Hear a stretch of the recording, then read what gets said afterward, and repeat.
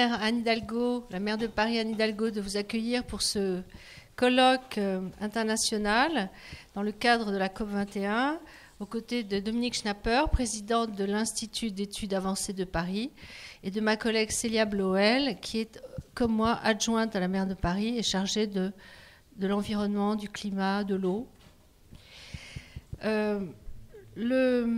Depuis le début, la maire de Paris, depuis le début de notre mandat, qui date d'avril 2014, la maire de Paris nous a demandé à tous les adjoints, pas seulement aux adjoints chargés du climat d'ailleurs, j'insiste, de nous mobiliser pour la préparation de la COP21, une sorte de mobilisation générale de tous les intervenants, tous les acteurs parisiens sur ces questions fondamentales pour notre avenir. Donc les adjoints, mais aussi l'administration de la ville.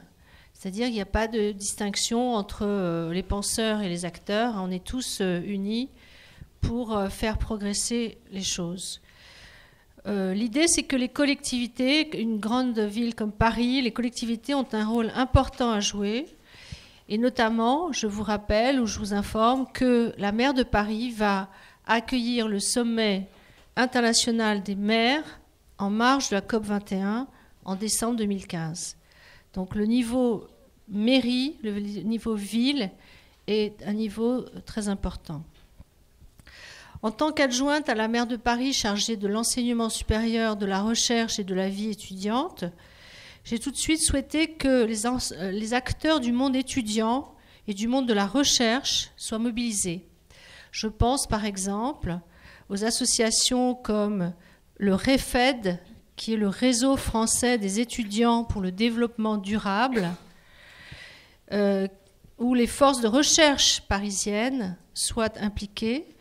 Le REFED a été très présent lors du forum de rentrée que nous avons organisé pour les étudiants à Paris entre le 8 et le 10 septembre, où nous avions un thème COP21 à travers un thème transversal pour toutes les activités du forum.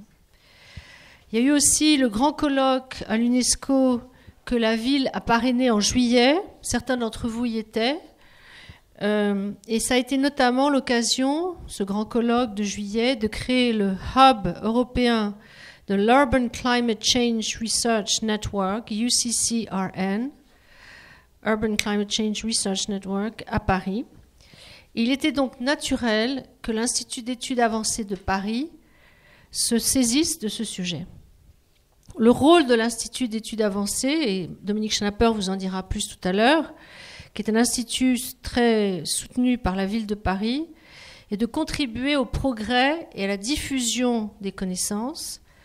Et en proposant ce colloque international et interdisciplinaire sur les thématiques de la transition climatique, l'IEA poursuit sa mission fondamentale, qui est de contribuer à l'attractivité et au rayonnement des sciences humaines et sociales. En effet, souvent, les questions climatiques sont perçues traditionnellement à travers les sciences dites dures ou les sciences dites exactes. Néanmoins, il nous semble indispensable que les sciences humaines et sociales se saisissent également de ces sujets. Les enjeux éthiques, sociaux, politiques de la transition vers une société plus sobre et plus durable sont considérables.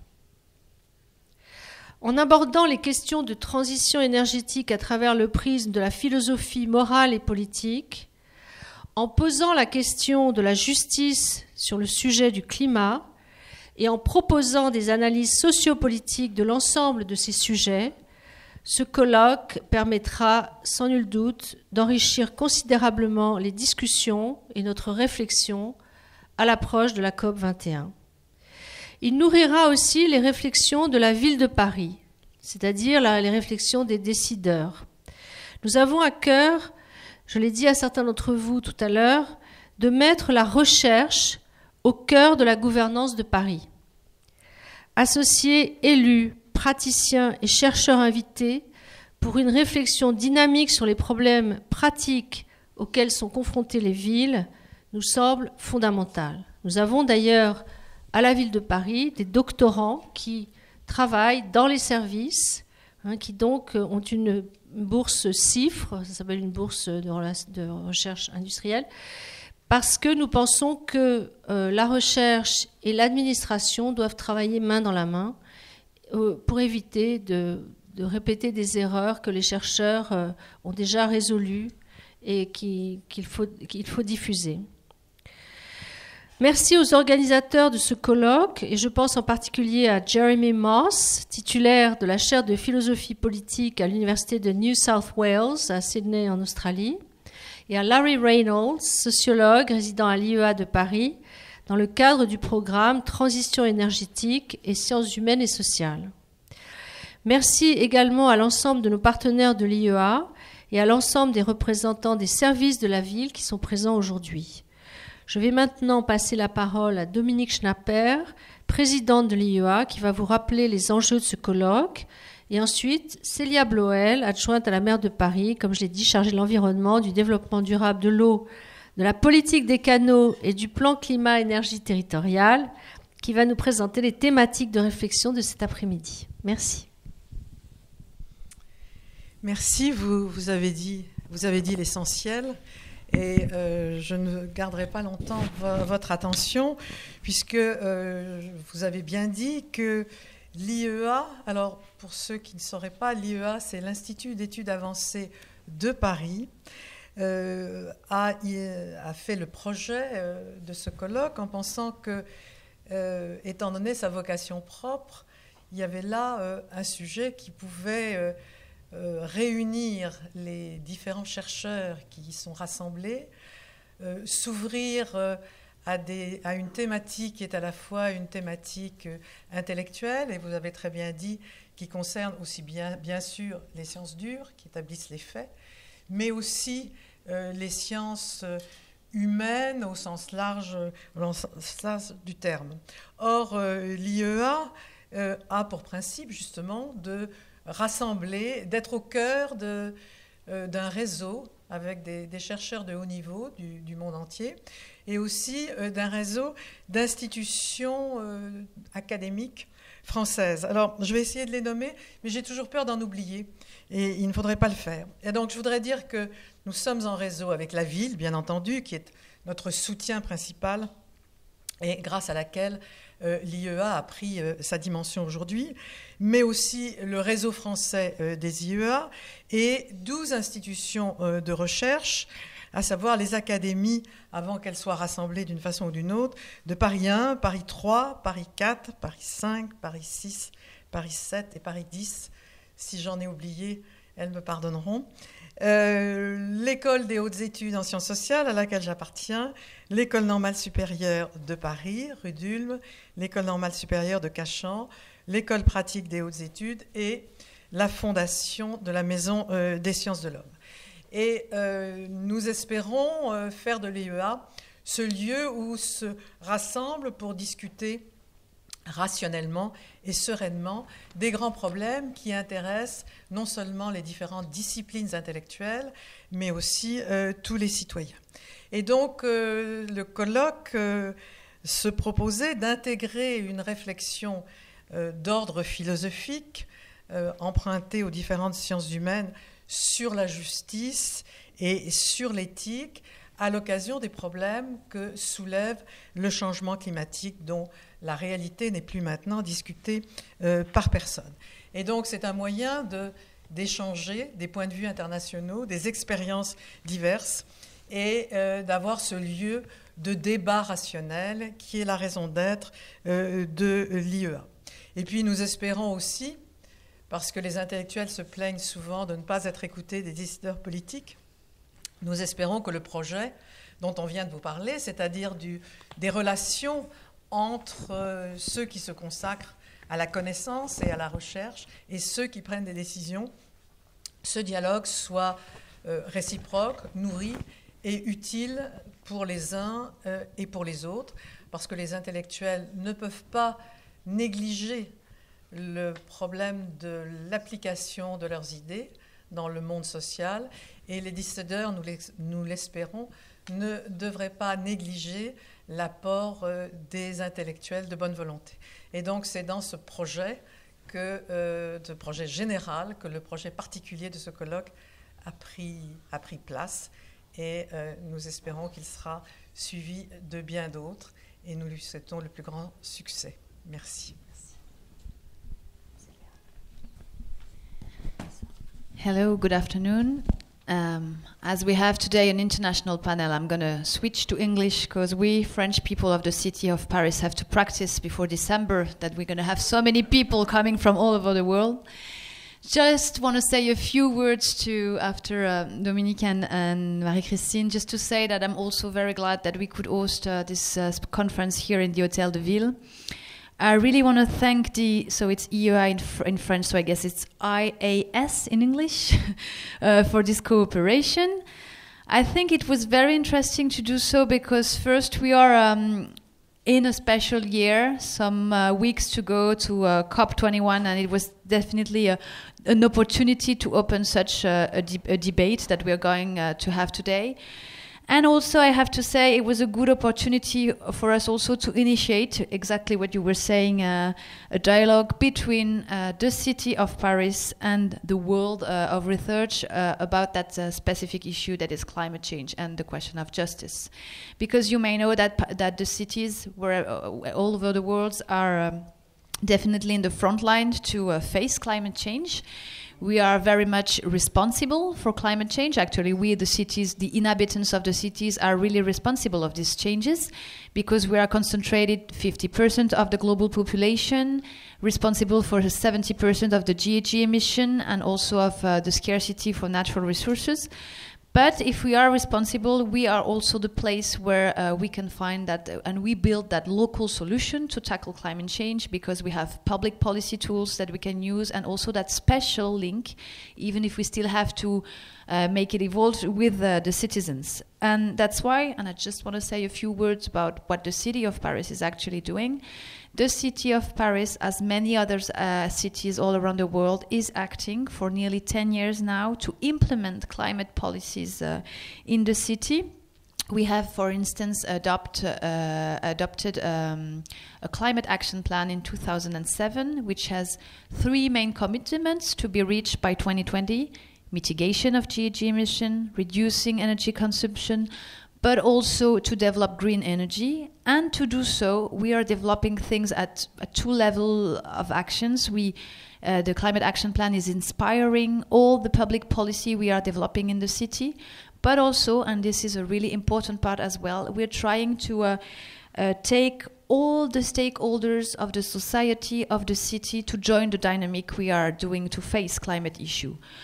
And this is an important point, and we are definitely strengthening that part of the policy this year of COP21 to make more and more people getting aware about this issue. So we are supporting citizens' network engaged in sustainable development. We are supporting many NGOs, associations that are now having events on the road to COP21.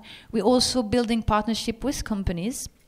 And so among all of that, it was really important to us, I think, that the city could also share on these climate issues with the world of research. Because I'm actually today very much considering that facing climate issue needs really a lot to go beyond only technical or an environmental issue, because questioning climate change is actually questioning the whole society we're living in, how we live, how we produce, how we consume, how we're going to want to build the next cities we're gonna live in. So putting the question in that way puts back humans at the center of the climate debate.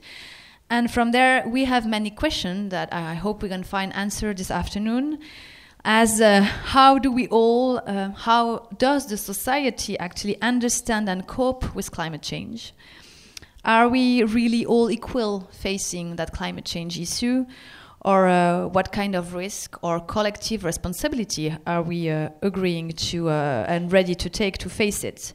And I have to say, I'm not sure today as a politician I'm really able to answer all these questions. So that's why I'm very, very happy to have you here today to share.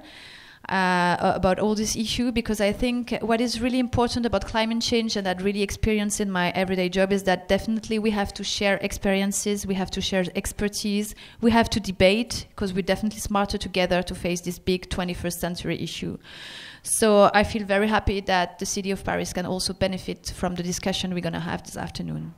I just want to conclude saying that I'm very sorry, because I was supposed to be like the one leading the conversation this afternoon, but I'm facing a personal, complicated issue, actually. So I'm going to give the mic to Jean-Baptiste Lebrun, that is here, that is working with me, and that's going to be leading the conversation, and then also going to be my eyes and then my ears when I'm going to have to leave that place, and that I'm sure I'll know everything you will be saying this afternoon. Thanks a lot to be here, and have a nice discussion and afternoon.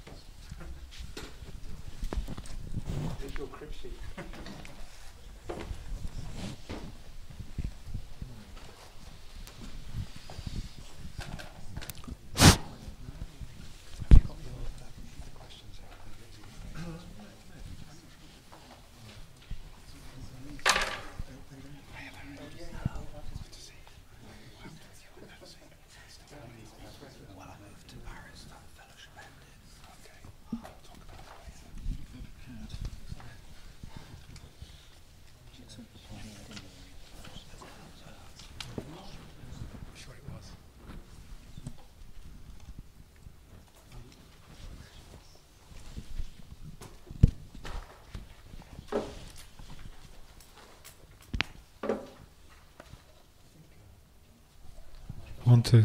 This is it.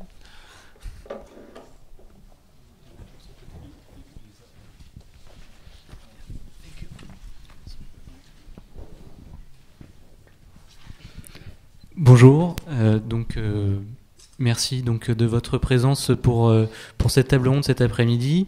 On va commencer peut-être par faire un petit tour de table, donc laisser les différents intervenants se présenter rapidement, donc quelques mots, peut-être dans quelle université et quels sont leurs travaux de recherche principaux, et puis ensuite on leur adressera donc quelques séries de questions en 3 temps sur 3 sujets que les élus de la ville de Paris ont souhaité donc développer au cours de cette table ronde, et puis on aura ensuite un moment d'échange le plus long possible avec la salle pour que vous puissiez intervenir, commenter et questionner aussi l'ensemble du panel d'intervenants que nous avons. Donc voilà. Hi, my name's Jérémy Moss. I'm a political philosopher at University of New South Wales in Sydney, Australia.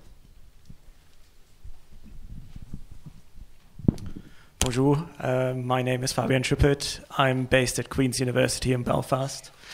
I'm also a political philosopher, and I do applied ethics and mainly look at the governance of natural resources from a perspective of intergenerational justice. Bonjour, my name is Gordon Walker from Lancaster University in the UK. I'm a human geographer, so a social scientist, and my work ranges across many different dimensions of environmental and energy justice. Bonjour, my name is Daryl Mullendorf, and I'm a professor of international political theory and philosophy at Goethe University in Frankfurt. And I work in the areas of global justice and climate change and justice, climate change and morality. Bonjour, my name is Konrad Kunze. I'm working at the Center for Environmental Research in Leipzig in Germany, and I'm a sociologist and historian, and I work about participation and bottom-up processes in renewable energy.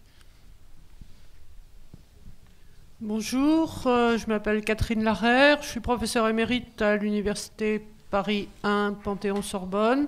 Je travaille sur des questions de philosophie de la nature, philosophie de l'environnement et de justice liées aux questions environnementales.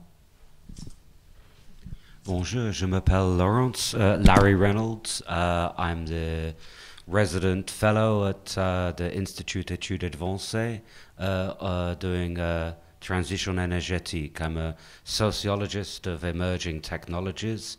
I researched biotechnology and renewable energy, and I'm looking at the role of cities in governing the energy transition. And I'm especially interested in the discourse of remunicipalization, of how cities might bring energy and energy transition back into public ownership. Okay, I'm John O'Neill. My chair's in political economy at Manchester University, but my disciplinary background is philosophy. So that's the areas I cover. I've been working on environment and environmental philosophy and environmental policy for a number of years, but recently I've been working on projects on climate justice in the UK in particular, and they've been looking at adaptation policy and how you direct resources to those who are most vulnerable. But then more generally across Europe, I've been involved in environmental justice projects in the European Union, which has looked at climate change more globally and the problems of climate justice there.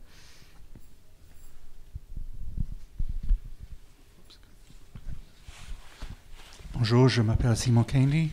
I'm a professor of political philosophy at Oxford. I work on issues to do with global justice, responsibilities to future generations, especially issues to do with global environmental change, and most recently on ways of designing political institutions to make them more responsive to the interests and needs of future generations. Thank you.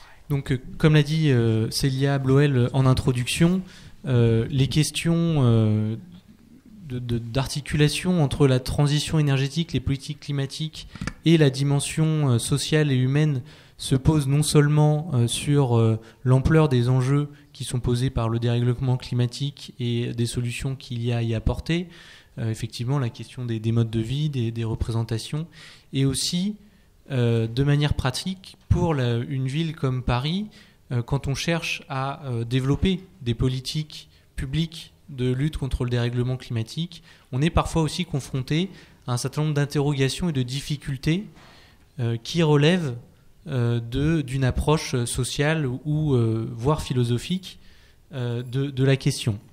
Et donc le premier champ d'interrogation que nous allons soumettre au panel cet après-midi concerne les inégalités sociales et la transition énergétique.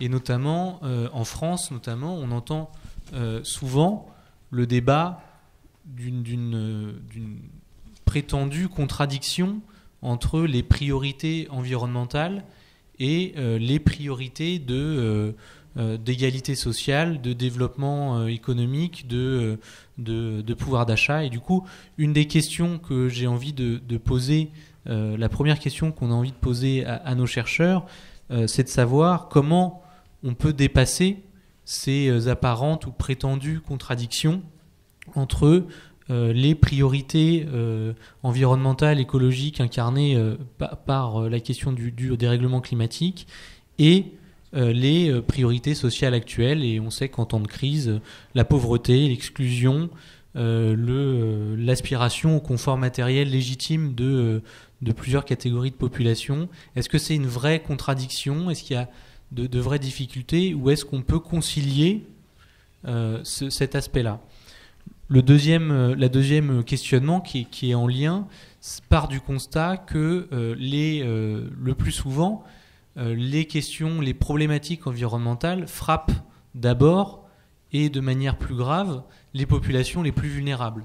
Et du coup, n'y aurait-il pas là un point de convergence entre ces politiques et ces préoccupations pour trouver une réponse commune et intégrée qui réconcilie donc les questions environnementales et les questions sociales. Voilà. Est-ce que ce premier champ de questionnement vous inspire et voilà, comment comprendre les spécificités des questions des inégalités sociales face au dérèglement climatique et à la transition énergétique? Je crois que c'est Darrell Mollendorf qui va commencer par répondre et apporter des premiers éléments de réponse. C'est ça, hein, Jérémy? John? Okay, John.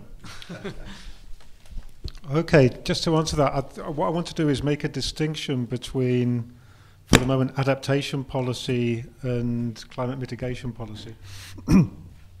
So if you look at adaptation policy, then I don't think there's a contradiction. Actually, there's a convergence, because a major source of the vulnerabilities that most people face with climate change are actual general social vulnerabilities. They're not actually peculiar to climate change. So it's people who are on low income, who are people who are socially isolated, people especially who have got health problems, disabled, old people. So I think actually when it comes to at the level of adaptation policy and targeting resources at the most vulnerable to climate change, there's actually a convergence. We have to address general social justice issues. And actually, I think what's happening there is climate change is just magnifying existing social injustices. So it's making more urgent the need to address social injustices rather than being a contradiction. I think when it comes to mitigation policy, it's slightly different in the sense that what has to occur is a reduction of consumption, which causes greenhouse gases. But there again, I think when you're looking at those who emit most are those in higher income deciles compared to those who are in lower income deciles emitting least. So again, I think that leads you towards some kind of social equality policies. And actually, I mean, we were having discussions about this early this morning, right? Yeah. But for me, there has to be some kind of what I would call equitable degrowth, which takes the certain amount of wealth off the most wealthy, given that they're the biggest sources of the problems, right? So I think actually, rather than being a contradiction between climate justice and general justice policies, there's a actual convergence, but I'll leave other panelists to think whether they agree or disagree on that.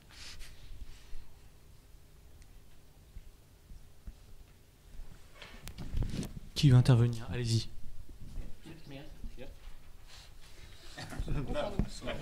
Can I guess.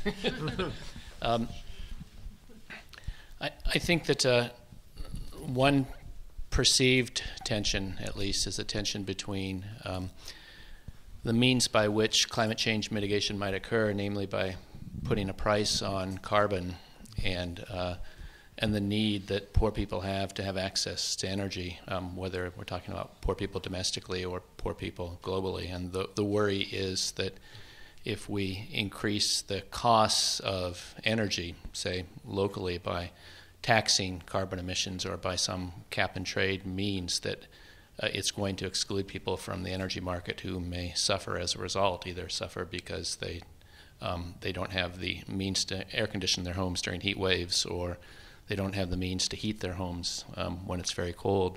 And so there I think we need intelligent policy to address that, but I don't see any fundamental contradiction. If a price is put on carbon and if the revenue goes to some public agency, then the public agency can use that money. It could be a net revenue gain for the public agency. The agency can use the money to address many of these poverty issues. Unlike John, and this is a source of disagreement that John and I were having earlier today, I don't think that there is a means by which, at least that we know of at this point, to have regulated degrowth that won't harm the developing world. I think any sort of degrowth that occurs in the industrialized world will result in recessionary policies in the developing world, and that would be very bad for poor people globally. So I'm very skeptical of this idea that we can institute degrowth policies, essentially recessionary policies in the industrialized world, and not hurt the poor of the world.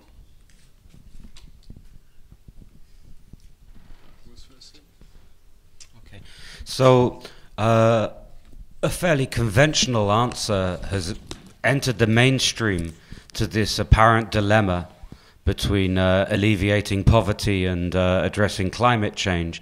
This was, Nicholas Stern's report in 2007, the economics of climate change, which presented mitigating climate change as an economic opportunity for a new round of capitalist growth, a new regime of accumulation. And this is how most people square the circle, that we can have, for instance, retrofitting housing in Britain could create 1 million jobs. Britain has this awful housing stock. It really needs insulating. And so, and we're obviously at the end of an obsolete regime of accumulation. Neoliberalism is coming to an end. And so the idea that there could be a new regime of growth would be some ecological capitalism, which apparently would reconcile the objectives of addressing poverty and addressing climate. But of course this comes to another question really, but imagine even if we had green growth, which is the other side, the other argument to degrowth. Even if there was green growth, would the poor benefit from it? As Marx wrote in, I think, the economic and philosophic manuscripts, the Paris manuscripts, when capitalism expands, the workers lose out, and when capitalism goes into a crisis, the workers lose out. So just economic growth, even if it was green growth, isn't necessarily equitable. But I think we have to disconnect the idea of what well-being and material prosperity is. I think I would be richer if Paris had no cars in it whatsoever, ever. I'm looking forward to the 27th of September where I'll go for a bike ride. But I think Paris would be richer if we had more public transport and no cars. This would use much less fossil fuels and make us all much happier. I don't see the problem. Je crois que je parle en français. Je pense que je peux enchaîner sur ce que Larry vient de dire et sur ce que Cléa elle avait dit avant. C'est-à-dire que, bien sûr, la question des réponses au changement climatique a d'abord à voir avec des données économiques et technologiques. Mais si on ne l'étend pas au champ social et au champ politique, et à une transformation des comportements des gens, on n'y arrivera pas. Et de ce point de vue-là, je crois que le problème entre mitigation et adaptation, entre la réduction et l'adaptation, c'est que la réduction se concentre sur des questions de prix du carbone, sur des questions économiques, alors que les questions d'adaptation sont des questions qui engagent beaucoup plus l'ensemble des gens. Et de ce point de vue-là, pour en venir à la question des inégalités, le problème des inégalités, c'est que c'est pas seulement, comme l'a rappelé John ce matin, que la grande injustice des questions climatiques, c'est ceux qui en souffrent le plus, sont ceux qui ont le moins contribué, et ça aussi bien au niveau global qu'au niveau intérieur. Mais c'est aussi la question aussi, c'est que le changement climatique, c'est pas quelque chose qui va venir demain, c'est quelque chose qui existe maintenant et dont aujourd'hui les plus pauvres, les plus défavorisés souffrent le plus. Donc de ce point de vue-là, la réponse à la question de l'articulation de l'environnemental et du social, je pense qu'elle est du côté d'une politique active de l'adaptation à partir des modes de vie et des façons d'exister des gens. Alors, peut-être pour relancer un petit peu cette question, donc on comprend bien d'une certaine façon une forme d'accord entre vous sur le fait qu'il n'y a pas de contradiction théorique sur le fond entre les objectifs de lutte contre les inégalités et de meilleur partage des richesses et les objectifs de lutte contre le changement climatique. Est-ce que vous connaissez des exemples de politiques publiques déployées dans certains pays ou certains États, ou des réflexions. C'est peut-être pas forcément des choses qui ont encore des résultats, mais des choses qui sont en réflexion, qui réussissent à allier les deux. Parce qu'effectivement, la situation française, et notamment le débat sur le prix du carbone qu'on a pu avoir en France, était assez difficile de ce point de vue-là, puisque il a été médiatiquement traité comme une contradiction entre des personnes en difficulté économique à qui on allait contraindre encore plus l'accès aux services énergétiques du fait du prix du carbone. Donc en France, on a une situation difficile de ce point de vue-là, et donc est-ce qu'il y a à votre connaissance des situations qui ont réussi à démontrer cette convergence théorique dans les faits et dans des pistes d'action pertinentes?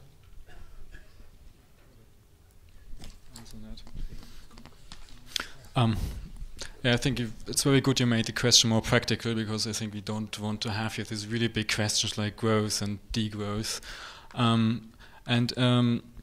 I think when you ask about social justice and social equity, I think the problem is very much the prices people have to pay for energy and jobs which are lost and jobs which are created. And let me give you two. I'm very practically researching as a sociologist. Let me give you two examples. One example, how a loser turned into a winner. Germany decommissioned its first nuclear power plant in 1992, so it began to decommission the first power plant. And that was seen quite as an economic step back, because jobs were lost in the power plant. But nowadays, all the expertise worldwide to decommission nuclear power plants is in Germany. And that company which is doing that is expanding. They have lots of people asking them, help us decommission our power plants. So they're decommissioning Russian submarines, for example, also. And I think this demonstrates that if there is a transition from one type of industry to another type of industry, and this is what we're talking about, and transition to a sustainable society is going to be a really big transition. A lot of things have to change. I mean, like turning from motorized individual transport to public transport, from fossil to renewable energy. All these changes will take a lot of labor. A lot of people have to work. So I don't even think we have to talk about degrowth in this next phase, because a lot of things have to be done. A lot of infrastructure has to be decommissioned, not just nuclear. Okay, I'm talking from a German point of view. In Germany, we believe nuclear power plants have to be decommissioned. I know there's differences. We all agree that coal power plants should be decommissioned, and other things. And this is going to employ lots of people. There's no employment problem, I think, at least not in the next phase of transition. And my second example, which I promised, there's more than 360,000 people employed in Germany in renewable energies, and that jobs have been created in the last 20 years. Quite quickly, a new industry developed. And I think the interesting question is now, who is going to pay for that? I don't see the problem on the side of employment. The problem is on the side of who is financing this transition. Because when it works in the long term, it's probably going to save costs. But the question is now how to finance it. And I think this is a point where it gets interesting. And there's also the justice problem. I mean, sticking with my example, there has been the polemics that justified polemics that the transition to renewable energy in Germany is raising the cost for private households to buy electricity, which is true. But it's not a natural phenomenon. It's part of a political decision to create a market that shifts costs from the industry to private consumers. It's part of a market that developed or that used a feed-in mechanism that was very successful in producing a technological change. I mean, the share of renewables went from 2 or 3 to 30%, which is enormous. But this mechanism was not successful in addressing the social justice side in that. And I think this is where we have to find an answer. and stop here. I don't want to have a monologue here. Can I press you a little bit about that? Because it's one of the issues that came out very strongly in the UK with feed-in tariffs. That basically what it was a subsidy, because most of the people that took advantage of that were the wealthy. Right, they were the ones that could afford to put the solar panels on their houses. So you basically had a cross subsidy from low-income houses to low-income households to high-income households. Right, which I think is actually, from a justice perspective, is a real problem, right? Because again, it's kind of those that are least responsible but bearing the bigger costs. And actually, when you look across policy generally in the UK, what you tend to see is the people that benefit the most from most climate policies at the moment are the better off, and the ones that benefit least are the worst off. So it seems to me, in terms of political legitimacy and political feasibility of any solutions, that's got to change, right? And it worries me that the German model hasn't been particularly good in that sense, because you've exploited this feed-in tariff model, which I think is a real. It's been very successful in, when you go across Germany, you see all the solar panels, but actually in terms of producing a legitimate solution that can be exported elsewhere, I don't think it's a particularly strong model. So for me, it would be things like, how do we start doing that in social housing? So how do we have sorts of certain kinds of policies which actually address the needs of those who at the moment are in fuel poverty and are likely to be in worse fuel poverty with the increasing price of carbon or of energy. So it seems to me what we need to think about much more is solutions which address those kind of social justice issues, rather than simply saying Germany's a great model because it's got 30% renewables, because I don't think it is. Right. I could just say the interesting thing about Germany, as I understand it from people who have studied Germany, is that there's no proper acceptance that there is fuel poverty. So unlike other countries like the UK, we have statistics of numbers of people in fuel poverty. France now is moving into this as a policy area and has got an infrastructure around documenting fuel poverty. Germany, as I understand it, and contradict me if I'm wrong, doesn't recognise it as a policy question, and I think that is a problem if at the same time you are pursuing policies which I absolutely support in terms of the energy transition. It doesn't feel like that there's enough of a regulatory infrastructure which is simultaneously looking at the distributional consequences.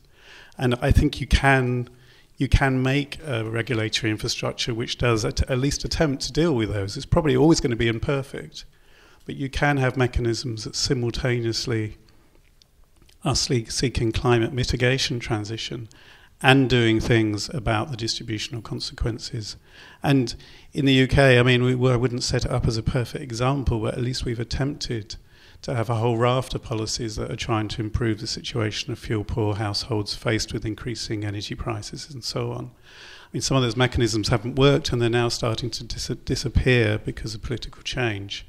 But at least there was some degree of the recognition of that need for a balance. Simon, did you? Yeah. Yeah, can I just... I guess I think it's worth distinguishing whether these objectives are inherently in contradiction and tension, ones where they're not necessarily, but in practice they will be. And I think there are maybe three reasons why in practice they will either will be or they look like they will be. So you could easily address, I think, John's concern about feed-in tariffs by just having it paid from a progressive tax system. But politically, that seems to be unlikely to happen in the UK. Let's raise taxes is not going to be politically a winner. So then there's a second kind of apparent contradiction, I think, which is just to relate it to what Darryl said about you could increase the price of fuel, you get the revenue, and then you feed it back to the poverty poor. My understanding of work by people who work on housing in the UK, people like Brenda Boardman, is it's incredibly difficult to find out, identify who are who has fuel poverty, because they're not kind of geographically concentrated. They intersect with lots of different variables. And so although what you said sounds totally right, that's what we should do, in practice you might have to have a horrible trade-off between it. So trade-off one is because of political infeasibility. Trade-off 2 is epistemic limitations. And it seems to me there's another one, which is, I noticed the phrasing, at least in English, was about apparent contradictions between social justice. You know, you might think, to be slightly provocative, that some people have inflated notions of what their rights are. You know, they might think they have a right to a car.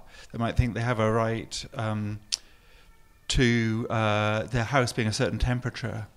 So Ian Goff quotes this interesting statistics in the UK about when heating and housing became much more energy efficient over 30 years, the response of the British consumer was to turn up the thermostat by 11 degrees on average.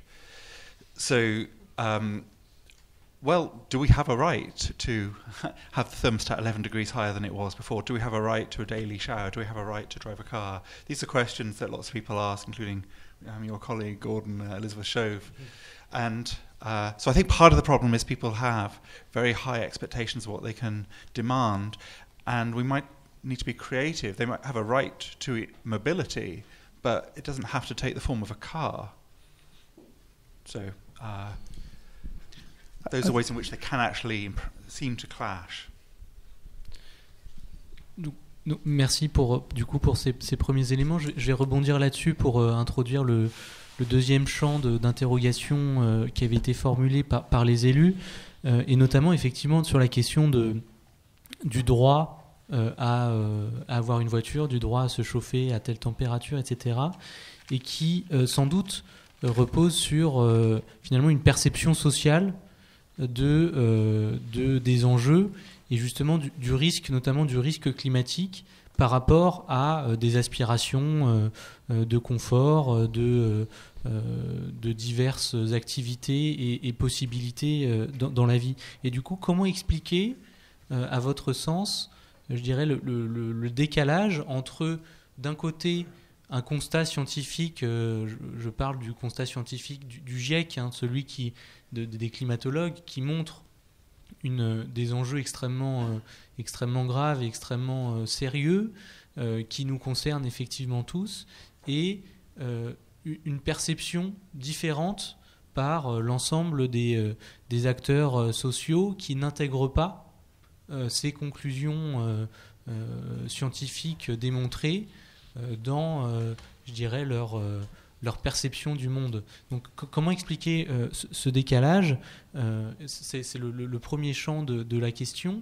Et le deuxième qui rebondit aussi sur la dernière intervention, c'est finalement est-ce que la radicalité, une certaine forme de radicalité des solutions et de l'urgence du rythme des solutions qu'il faut mettre en œuvre, c'est-à-dire effectivement baisser la température de consigne de son chauffage, ne plus prendre la voiture quand on en a envie, mais voilà, est-ce que ça implique, est-ce que c'est acceptable socialement, et comment on peut travailler sur une amélioration de cette acceptabilité, et d'une certaine façon, alors si on le prend dans le champ vraiment moral, est-ce que c'est un sacrifice ou pas de sauver le climat?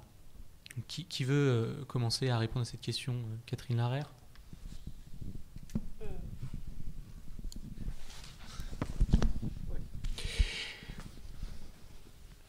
Peut-être qu'on peut essayer de reformuler les termes de la question, parce que je crois que si on pose la question en termes d'une politique descendante, c'est-à-dire imposant d'en haut des objectifs vers le bas, et en termes de sacrifice, je crains qu'il n'y ait pas grand succès.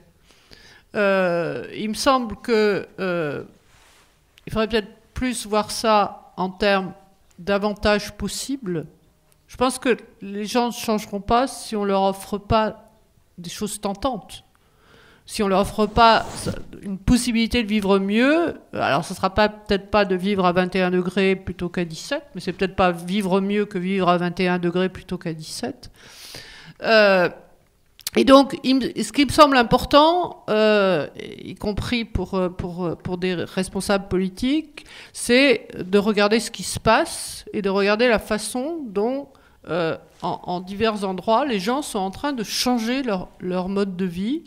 Il y a des tas d'expériences diverses qui se déroulent, et plutôt d'appuyer là-dessus que de décréter d'en haut qu'il y aura 2 degrés de moins, de réfléchir en termes de sacrifice. Je crois qu'il faut essayer de voir la question à la fois plus politiquement et plus socialement. Je ne suis pas sûr que poser... Alors, je sais bien qu'il y a des risques, mais que poser la question uniquement en termes de risques, comme ce que chaque individu va affronter dans sa vie individuelle, s'il ne vaut pas mieux la poser plus socialement et plus politiquement en termes de... le changement climatique n'ira pas sans perdants et sans gagnants, sans des changements importants, mais les poser plus socialement et politiquement plutôt qu'individuellement et économiquement. Je suis contente d'avoir commencé parce que ça me permet de poser les questions abstraitement et après il y aura un contenu.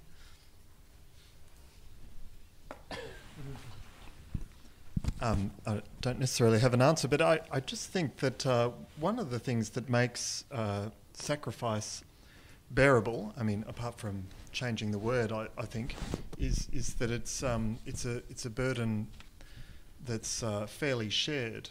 I think I don't necessarily think that it's required that we say that if you sacrifice something important in response to climate change, that you'll get something back. I certainly think that helps, but I think equally important, perhaps not even more so, is the sense that you have in whether it's your community or your society or even globally, that whatever sacrifice you're making, it's shared in the right way, because I think nothing more quickly will make the sacrifice politically unpalatable than the perception that some people have to make it and others don't, particularly if those others happen to have more resources and so forth. So I think that's one of the mechanisms that could be part of it.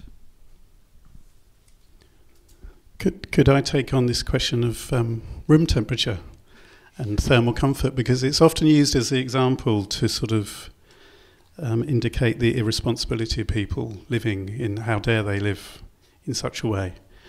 I mean, there's 2 dimensions to that. One is that, I mean, how did we get to the room temperatures that we now have?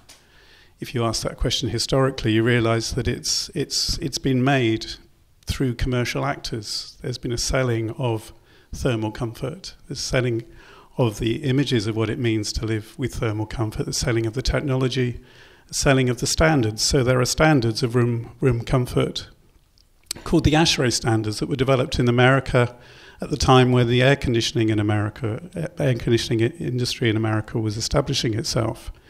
And it created this commercial product of a perfect indoor temperature, a controllable climate. And that has reproduced itself around the world in an incredibly pervasive way. It's probably one of the most problematic standards or most problematic industrially produced expectations that we can imagine. If you think about the rolling out of air conditioning across the world, into China, into India, into all sorts of contexts, and a very standardized, homogenized model, that is incredibly damaging in terms of the levels of energy consumption that are implicated in that. So I don't think it helps to sort of think about it as an individual responsibility. This is something that people have been caught up in, that all the buildings that we inhabit are caught up in. They're designed for this sort of thermal environment. The clothes that we wear are designed around the expectations that indoor environment is going to be the one that we live in.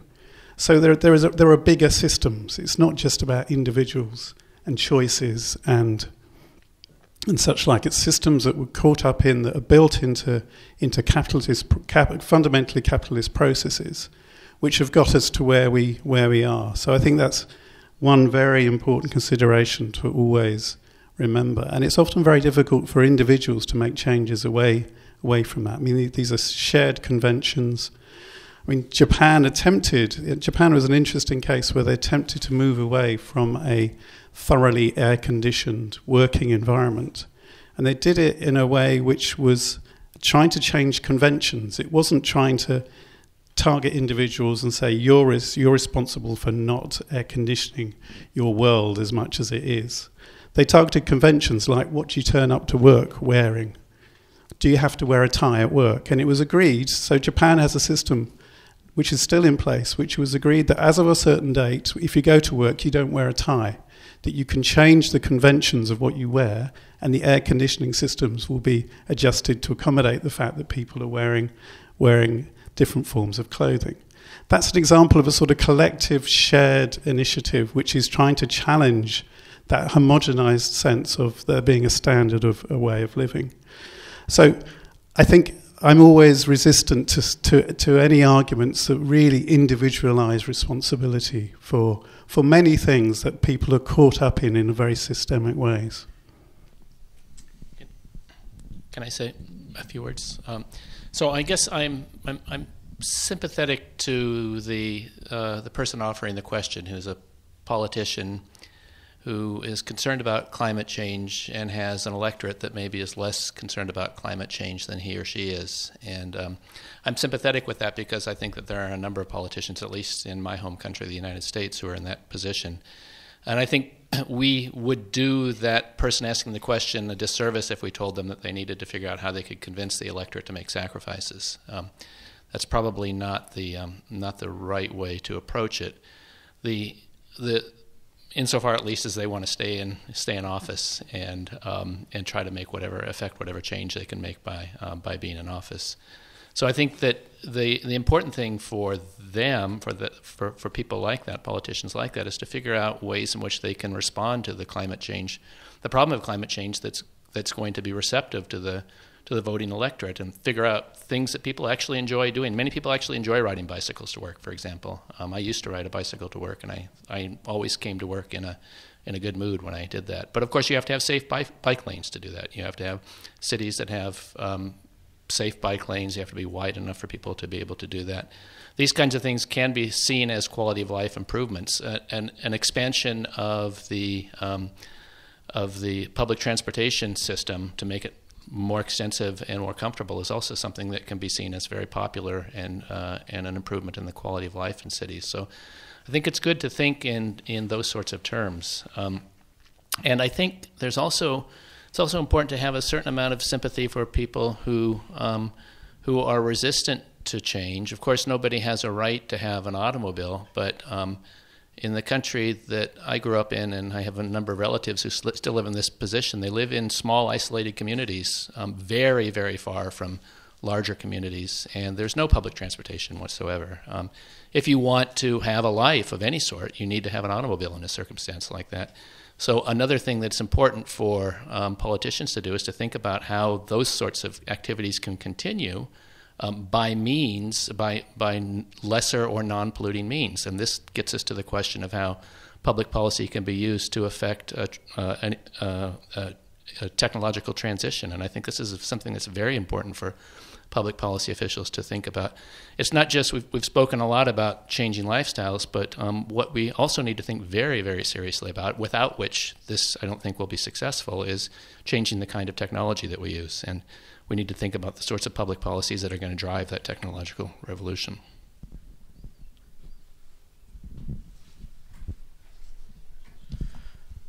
Just to add another dimension, I think one also, like the way the question was asked and the way you presented it now, it always seems that we assume just because we have something like the IPCC report and everybody knows that, or everybody should know that climate change is happening and that it A, that it's already here, B, that it has very grave consequences attached to it, or at least the risk of grave consequences in the future, that should mean that we all change our behavior right away. But if you look at other things like health policy and so on, quite often it's not that knowledge about something right away leads to individual behavioral change.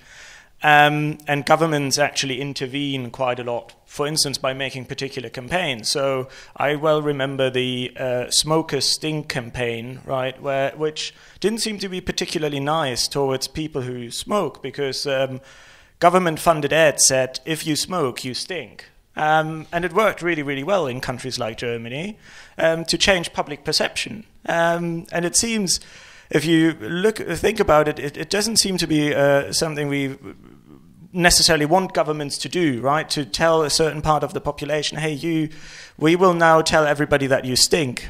But in a certain way, sometimes, you try to balance the public interest and the wider kind of social and public goods against these kind of concerns for individuals that maybe you revert to means which are not always the most neutral, what we normally expect liberal states to be, right? That we want our states to be neutral and don't advance too much a certain conception of how we should live the good life. But I think when it comes to climate change, there's a lot more we can do. So in the UK, for instance, when you turn on the radio, you hear in the hour at least 3 publicly funded broadcasting messages about that you shouldn't listen to the radio when you drive because you could kill somebody, that if you are not paying it, if you're driving too fast, you could kill somebody.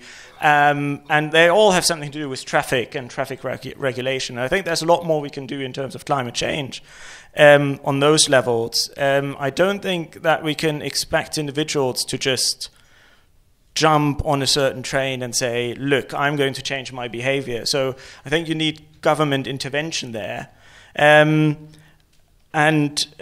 Without obviously falling into the idea of an eco-dictatorship or anything like that, that we just force everybody to be green. But I think there's a lot in between we can do, and we certainly haven't done everything in that direction either. Just to make one point, it was initially framed as people are willing to make a sacrifice, and I thought the one thing I really wanted to say is citizens frequently make enormous sacrifices. They do it during wartime, and they do it under austerity, and they do it because they believe in the ideology. They believe that they've been excessive and they have to pay, and so they buy into the framework and the idea of running a huge budget deficit. Is deeply, I'm speaking sort of British, it seems to have an enormous resonance. So it seems to me there are 2 strategies here. One is to reinvent the political vocabulary in ways in which it's just as shameful and horrifying to be unsustainable. Or the other is to kind of do the things Darrell was, which was try and find a reconciliatory approach where you say, actually, there are co-benefits to mitigating, or you'll be much happier, more fulfilled. And I think there's a lot in there, but I think the unquestioning acceptance of certain kinds of sacrifice should give us pause and think, well, why can't we motivate similar kinds of themes where people will do it because they generally believe in the overall ideology? Yeah, just going to make a comment on that and then make another comment. I mean, what is the case, if you look at what's happening with austerity here, or you look at what happened during the war, what becomes crucial there is the notion of equitable sacrifices. So one of the big arguments that people have against austerity is that the rich aren't making the sacrifices the poor. And one of the things that actually worked really well during the war was rationing, right? And the rationing system, and it wasn't tradable rationing either. It was simply people were allowed certain amounts of goods, right? And that was seen as fair. And actually, if you took it in terms of jumps in life expectancy as an indicator, the steepest increases in civilian life expectancy in the last century were during the 2 wars. Right, and that was partly because because of rationing, people's actual health was much better, but it was also because there was more social equality. So there is issues about actually equality being a driver for making sacrifices acceptable. The other one, in terms of quality of life, the one that's always struck me and has been around since Keynes, when you look at Keynes's letter for his grandchildren, the life of it was always the future was going to be we were going to work a lot less, and our consumption would be the same.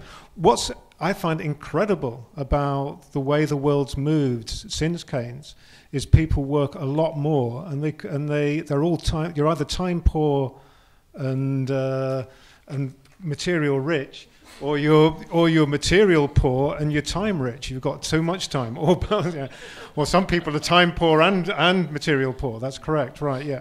So but I think one of the big issues in political economy, and this is how we move towards a society where we no longer see consumption as the measure of improving quality of life, but we see in things like the reduction in working time, which would give you much more freedom to do other things as part of that, and that has.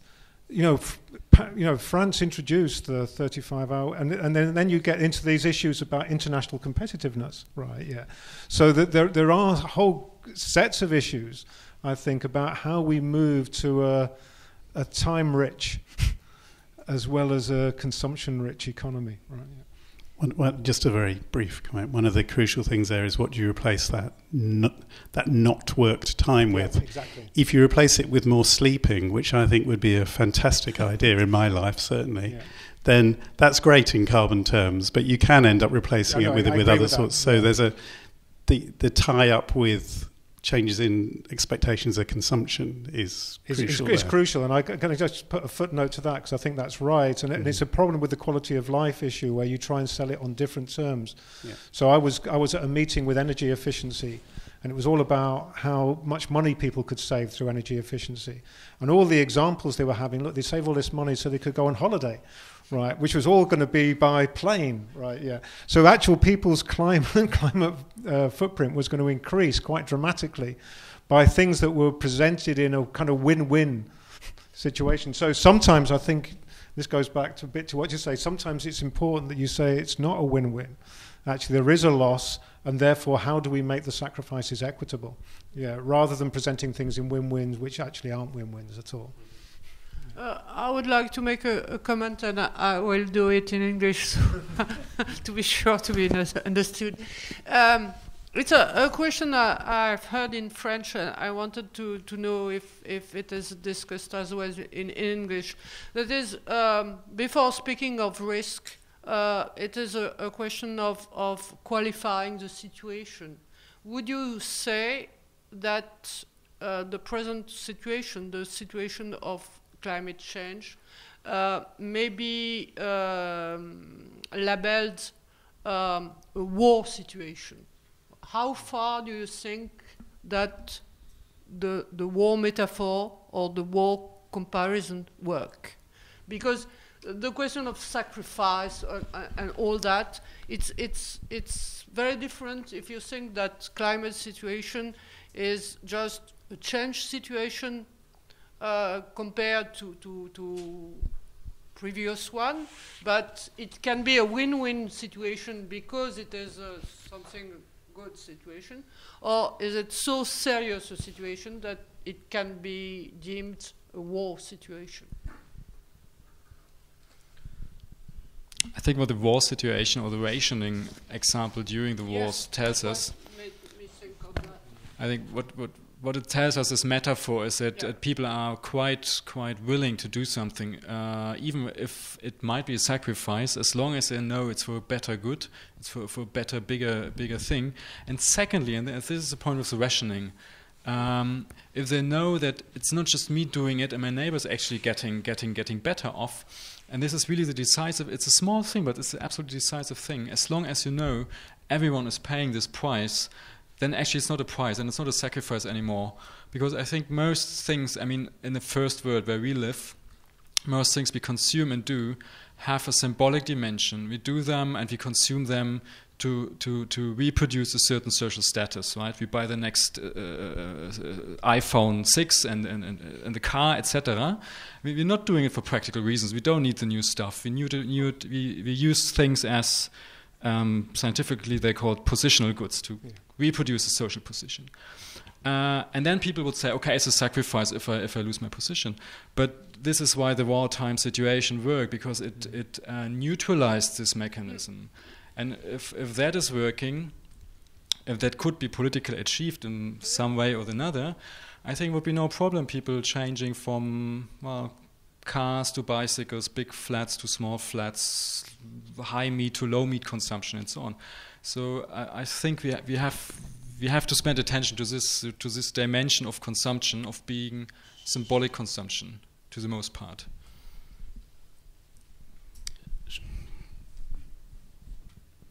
Rapidement, du coup, pour qu'on puisse enchaîner sur les questions suivantes. Donc, les deux dernières interventions sur cet aspect. Rapide, s'il vous plaît.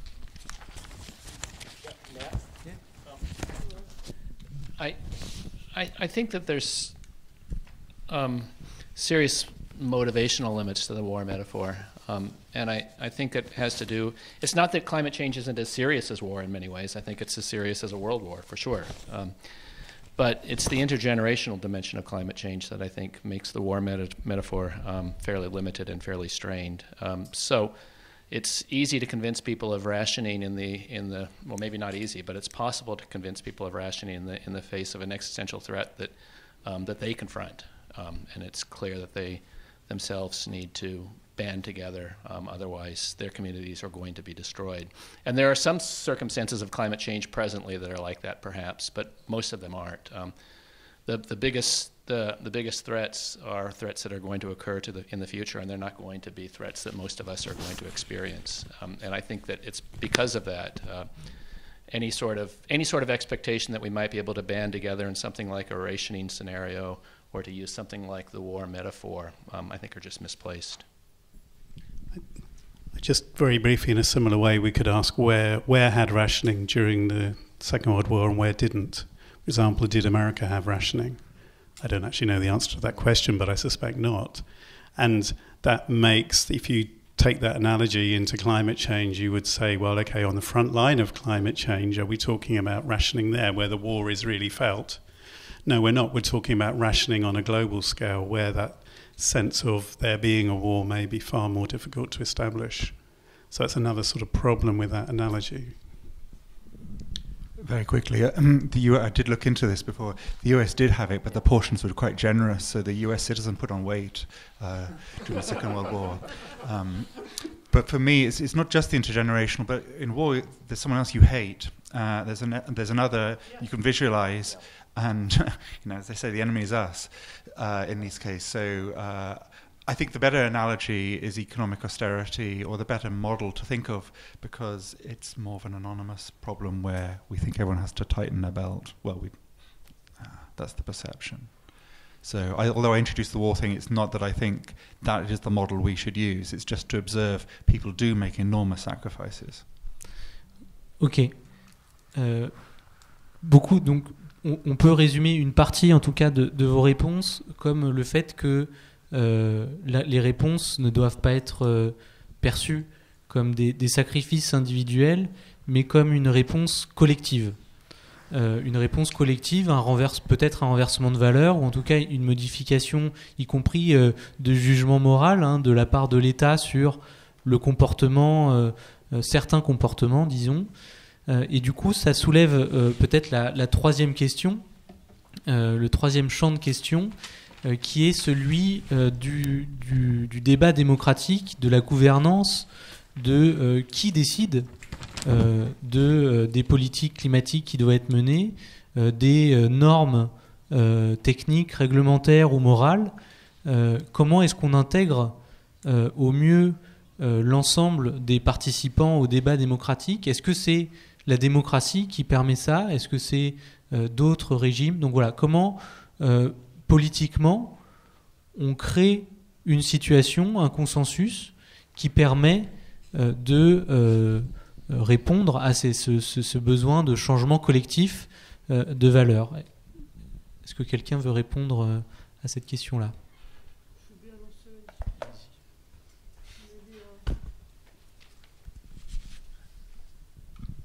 Maybe I go on speaking English. It avoids translating. Somebody, I don't remember who spoke a few minutes ago of eco-authoritarian, I don't know, eco-dictatorship. I don't believe in eco-dictatorship for a very simple reason, that it is that dictatorships are in some way very weak governments, that they are quite able to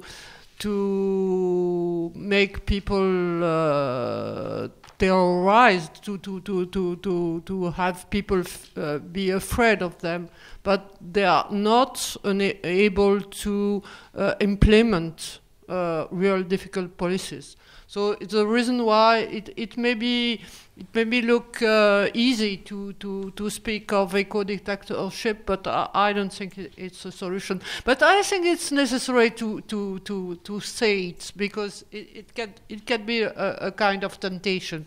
So what we have is democracy. And we have to do with democracy. So what we can think of is having new institutions which are able to represent future generation, sort of parliaments of future generation. We may have, and I must more personally believe in that, we may have sort of participative democracy that is not relying only on representative democracy, but relying on the capacity of people to act. That was what I was saying before, that there are things happening. People are changing their way of life, and what is needed is a way of federating all these initiatives and making a political force of it. But I do think that we can learn much in looking at what is going on now everywhere in the world. I would agree that we have to really hold on to democratic principles, even when it's tempting not to. And I've completely forgotten what I was going to say. It was a great point as well. It was really picking up on something that you said in a very profound way, and it's completely gone. I could move on to something else, which I was going to talk about as well, which was to do with how governance works nowadays. Is that governance is far more complicated than it ever used to be. It's often not hierarchical in the conventional way of a sort of top-down structured forms of government that we were used to perhaps in the past. In that, I think when there are sort of obstacles presented, political obstacles, part of what is going on is a sort of working around those obstacles by working around established systems of governance. So it's mechanisms like cities connecting to other cities. So when cities are faced with national governments that they don't feel are acting sufficiently, taking climate change seriously enough, then cities have found real value in connecting to cities in other countries, forming networks of cities and learning horizontally, so forming sort of horizontal networks of governance as a way of, at least at some level, managing to still develop and sustain and learn the sorts of things they could be doing even when they haven't got a sympathetic national government. And the same is true of communities who are faced with city authorities who they don't feel are taking agendas seriously enough. There's an enormous amount of that horizontal networking between communities, not just within countries, but across countries. And whilst we might be sort of critical of globalization in lots of ways, I think there's a good side to globalization, which has enabled those forms of networking and information flow in a way that was just not there in the past. What I was going to say earlier on was a response to a comment that was on somebody on the panel said earlier on, which was that we don't have people that don't. Everyone believes in climate change now. Well, I don't think that is true. Certainly, in a number of countries, there is a strong strand of climate denial or climate skepticism, and we've experienced that in the UK. And I think for some people, it was tempting to just find ways to shut those people up, to stop them having voice, to stop them being heard. And I think we learnt the hard way in the UK through a number of difficult experiences that that is just red rag to a bull, we would say. That's in a way encouraging those sorts of voices to feel that they are being disrespected and pushed away. That it's about enabling the argument and winning the argument through the force of reason, rather than trying to suppress points of view and arguments that we don't agree with.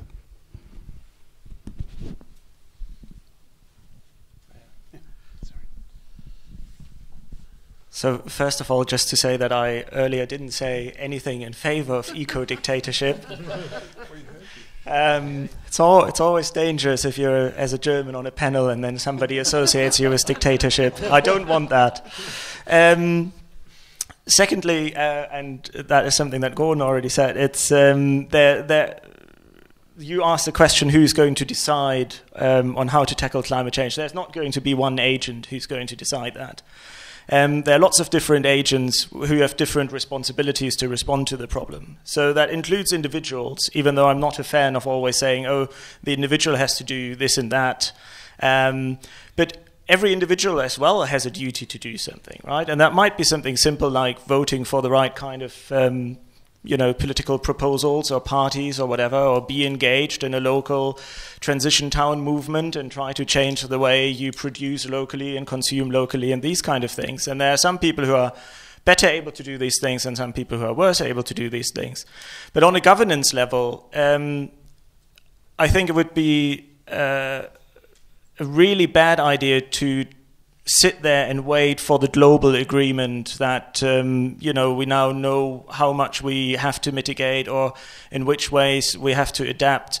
So until we start doing something, it's about doing something on many different levels. So look at cities like Paris, right, having a climate plan and stuff like that.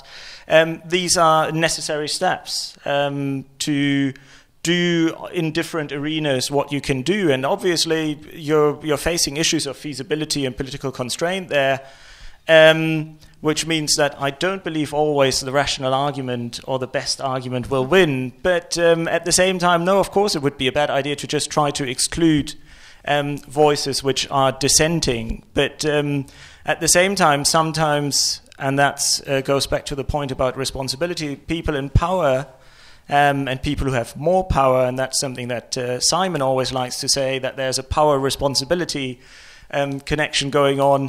They have to take certain steps and maybe lead the way. And if you're a policymaker, that can mean that you propose policies which are fairly progressive, even if the people who voted for you might not fully agree with them. So you can't always have the, going back to your electorate and say, are you okay with me if I do that? That's not how politics works normally, and that's not how it should work in the case of climate change. Yeah, so, why cities have been selected really as the key unit of change, the appropriate unit of governance for energy transition, is one, a city, especially the big world cities like London or Paris, are of a significant size and weight to actually make a difference if they do act. These are huge institutions.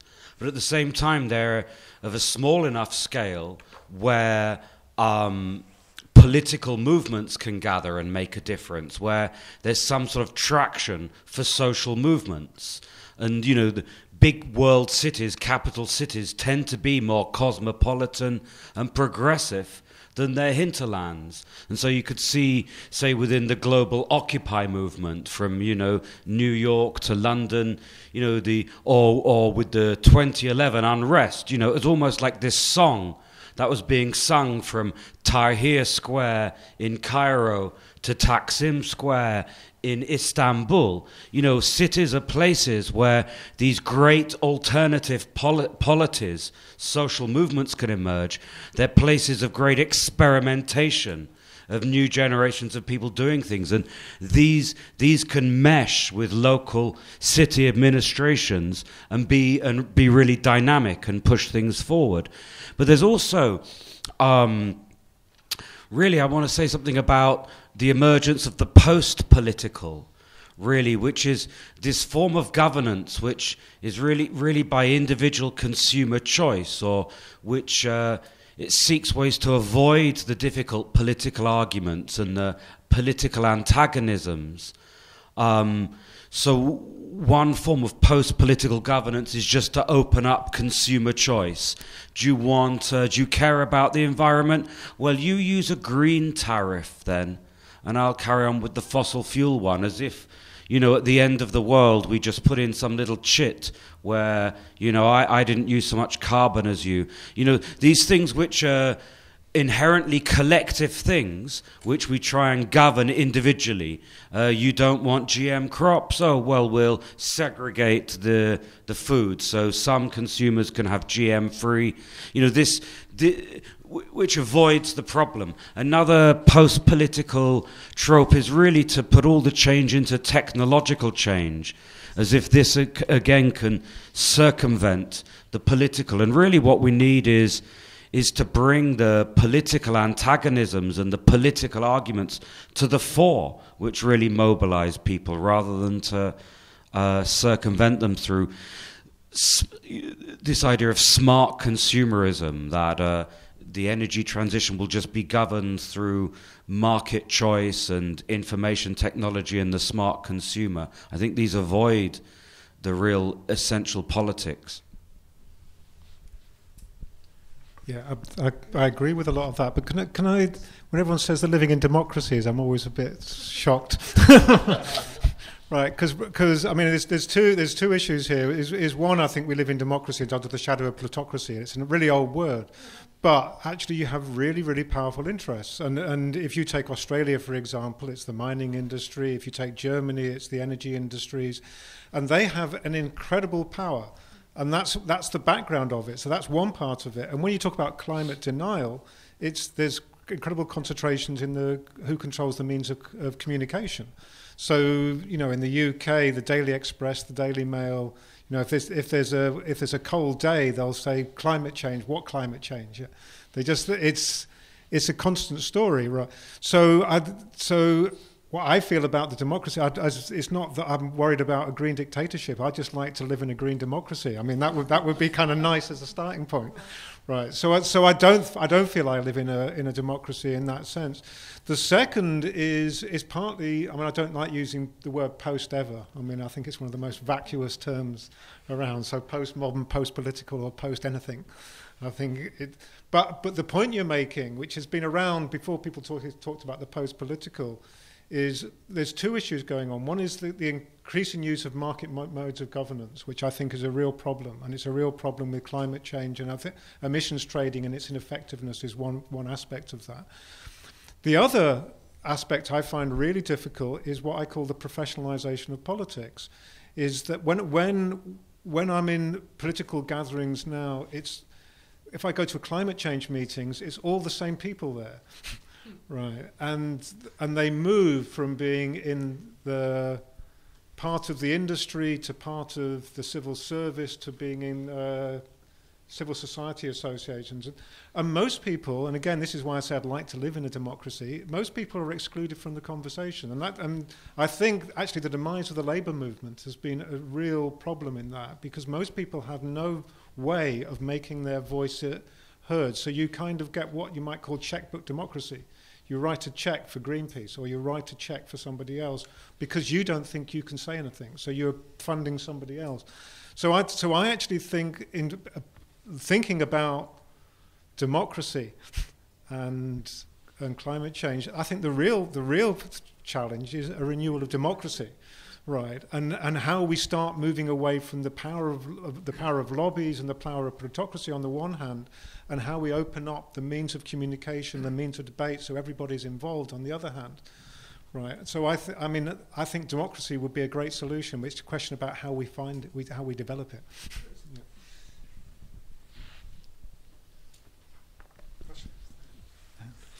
I very much agree with that last point. I want to go right back to something Catherine said.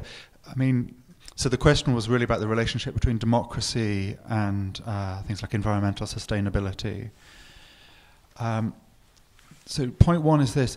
Democracy is a very broad concept. It can take very many different versions. And when you look at the way that really existing democracies function, they often perform in very different ways. So there are lots of things that you can tweak and vary. So there's some places like Finland has a committee for the future. Other places like Wales has a High Commissioner for Future Generations as of April this year. So does Malta as of 2012. I hesitate to mention Hungary, given the way things have gone. But Hungary, since 2007 to 2011, had a ombudsman for future generations, who I know who did a good job. They have a deputy ombudsman who I know who's been doing it from 2012. So the salient point here is there's not a black box called democracy, and then you see how it does. There are different ways of organising it. There are different methodologies that politicians use. Some of them have zero discount rates and some of them don't. That makes an enormous difference. Some of them have posterity impact statements about how things are going to unroll in the future. Others don't. So I think it's just not helpful to think of it as democracy versus sustainability. I'll say a bit more about this tomorrow. And then the second point, which I've sort of illustrated, is I think we do a lot if we look at the way things have been tried in the world. So I've mentioned Finland, since 1993, has a committee for the future. Wales, since earlier this year. Malta, Israel had one 2001 to 2006, which was abolished.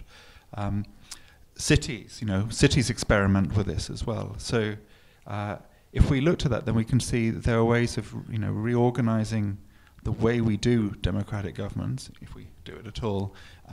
And some of them are more geared to thinking about the future, and others are designed as if the future never crops up. Jérémy? No, yeah, I'm going to be brief. Actually, you took my point. I would say very much the same. So I think we have to acknowledge that. We live in what we call a democracy, but it's also a capitalistic democracy. So some things will be decided and some things are just impossible to be decided politically in this system, and some questions are even impossible to be asked. But then the question is, okay, what are we going to do with that? We don't want to just stand there and say, shrug our shoulders, sorry, we can't do anything. And I've just been thinking about where have good ideas really been coming from? Where have people really changed something? And in most cases, it came from small communities, from small projects, from the bottom. Things like the Yasuni ITT initiatives, I'm not going to explain it, I hope you know it, was an enormously good proposal, and it came from the environmental movement in Ecuador. It didn't came from a top-down proposal. There's things like urban gardening, like people are moving to sustainable lifestyles, but it's always small communities who are doing it. And I think we have to acknowledge that when we're searching for a solution. These niches, they do exist, and they do keep coming up. People are doing that, but they cannot become mainstream themselves. Yeah. And I think this is where the question actually starts. How can these lifestyles, which do make the transition, how can they be mainstreamed? Just give the question to you, the answer to you. I also don't know it, but. Je vais laisser. I let Jérémy try to first to have a first answer. Think about it. Right. Well, I'm going to disappoint you. I'm sorry. I'm not going to answer that. I was just going to say that. Look, I do think it's important, as we've been discussing, to keep the connection between the kind of measures that we want and they being endorsed by a democracy. That's obviously very important, but. We also need to think of the problem in terms of what it might be necessary to have in order to have a democracy. So the kind of points that John was raising this morning about perhaps there are certain types of functioning, certain types of states that you must have in order for a democracy to work well. And there'd be many dimensions of what we want to do in regards to avoiding dangerous climate change that would fall into that category. So while we don't want to miss out on the endorsement dimension of it, we also need to, I think, be aware to make the argument for how crucial it is to have a democracy, to have properly climate functioning policies. And we have that in lots of areas. People accept that when it comes to their health, as we've seen, their safety and so on. So I think that's an analogy we need to make.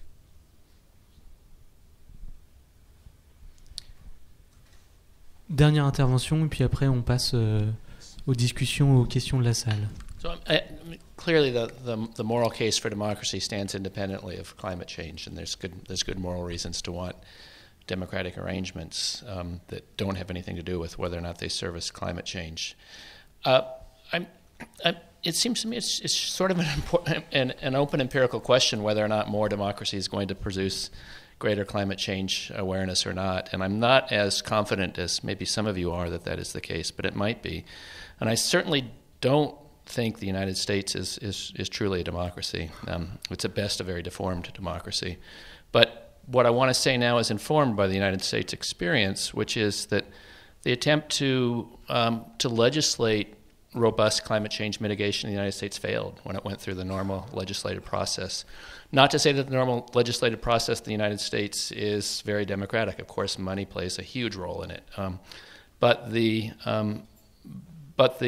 extent to which there is a commitment to climate change mitigation in the United States exists because it circumvented that, because the United States president, using his powers independently of that legislative process, decided to make some executive decisions. And so I think we should just be open for there being lots of different possibilities to push through the appropriate climate change sorts of mitigation policies that we want to see. And I think that there is a sort of, as much as there's a democratic stamp on anything that happens in the United States, which there may not be very much, there's a democratic stamp on it coming from the president as well, because he was, after all, elected. But it didn't come through anything like the standard legislative format.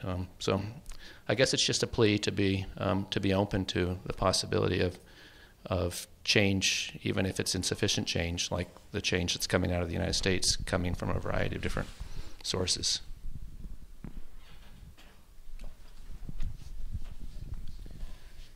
Très bien, merci beaucoup. A quick word. Just to say, the political science literature does find overwhelmingly that democracies perform better environmental protection, and within that, consociational democracies perform better than majoritarian ones. That's a robust finding. But I take your point about the US example. Ok, donc merci beaucoup donc à nos intervenants. C'est donc maintenant le moment de réagir de votre côté. J'espère que ces premières interventions et questions que j'ai eu l'honneur de poser de la part des élus parisiens qui ont souhaité s'adresser donc à notre panel de chercheurs vous ont inspiré aussi de votre côté pour commenter et nourrir le débat. Donc voilà, la parole est à vous et n'hésitez pas à la demander. On prend peut-être des salles de 2 ou 3 interventions et puis éventuellement des réponses des chercheurs si ça en appelle. I wanted to approach this question in 2 parts. The idea of degrowth has come up very many times, and this kind of emptiness of what could be done, or a negative, I think is a kind of a false negative, because if you match degrowth with recession, a recession is a balancing, and you could call it a growth in a different direction, one that is not counted or measured by those things we look for as economies, positive growth. So we tend to think when we're coming to the edge of what we know as being useful as it being a reduction or a loss or a negative. And I don't quite believe that, that a recession is completely minus, negative. It's a rebalancing, and we have to learn to count what's being brought during a recession. In that sense, I wanted to ask for the feelings of if technology is what we use to bring our massive increases in energy that we can bring to bear in our cultures, which we call development and productivity and so on, can that technology really help us to move beyond the situation we're in? Or is it simply not counting something that we desperately need to count to move forward? Okay. Merci. Il y avait une autre question derrière vous.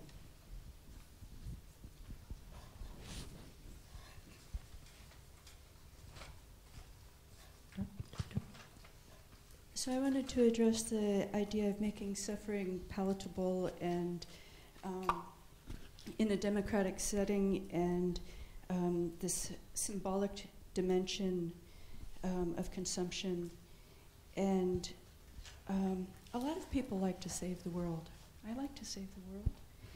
And so I wanted to make a very perhaps too personal comment here. When Ville first came in, the bicycles, and there were on the bicycles lots of things that we were supposed to feel responsible about, like our good behavior. And I was just so hungry for something to say there. Thank you for making Paris a cleaner place. You know, if I had heard that, it would have been like, I'm doing something useful. You know, so ideals, especially in a democratic setting, and some people have them more than others, yes, but you know, I think that that's a non-trivial area that could be facilitated, so that this idea of scaling up of the ideals, I think might be very useful. Thank you. Est-ce qu'il y a un autre commentaire, une autre question à prendre? Oui, je voulais dire que la jeunesse d'aujourd'hui sont les décideurs de demain. Est-ce que les pouvoirs publics font suffisamment en direction de la jeunesse? Je pense par exemple aux programmes d'enseignement, etc., pour faire en sorte qu'ils disposent des clés de compréhension qui leur permettent demain peut-être d'établir un rapport de force quand ils seront en situation de pouvoir effectivement prendre des décisions aux différents niveaux qui seront les leurs. Voilà.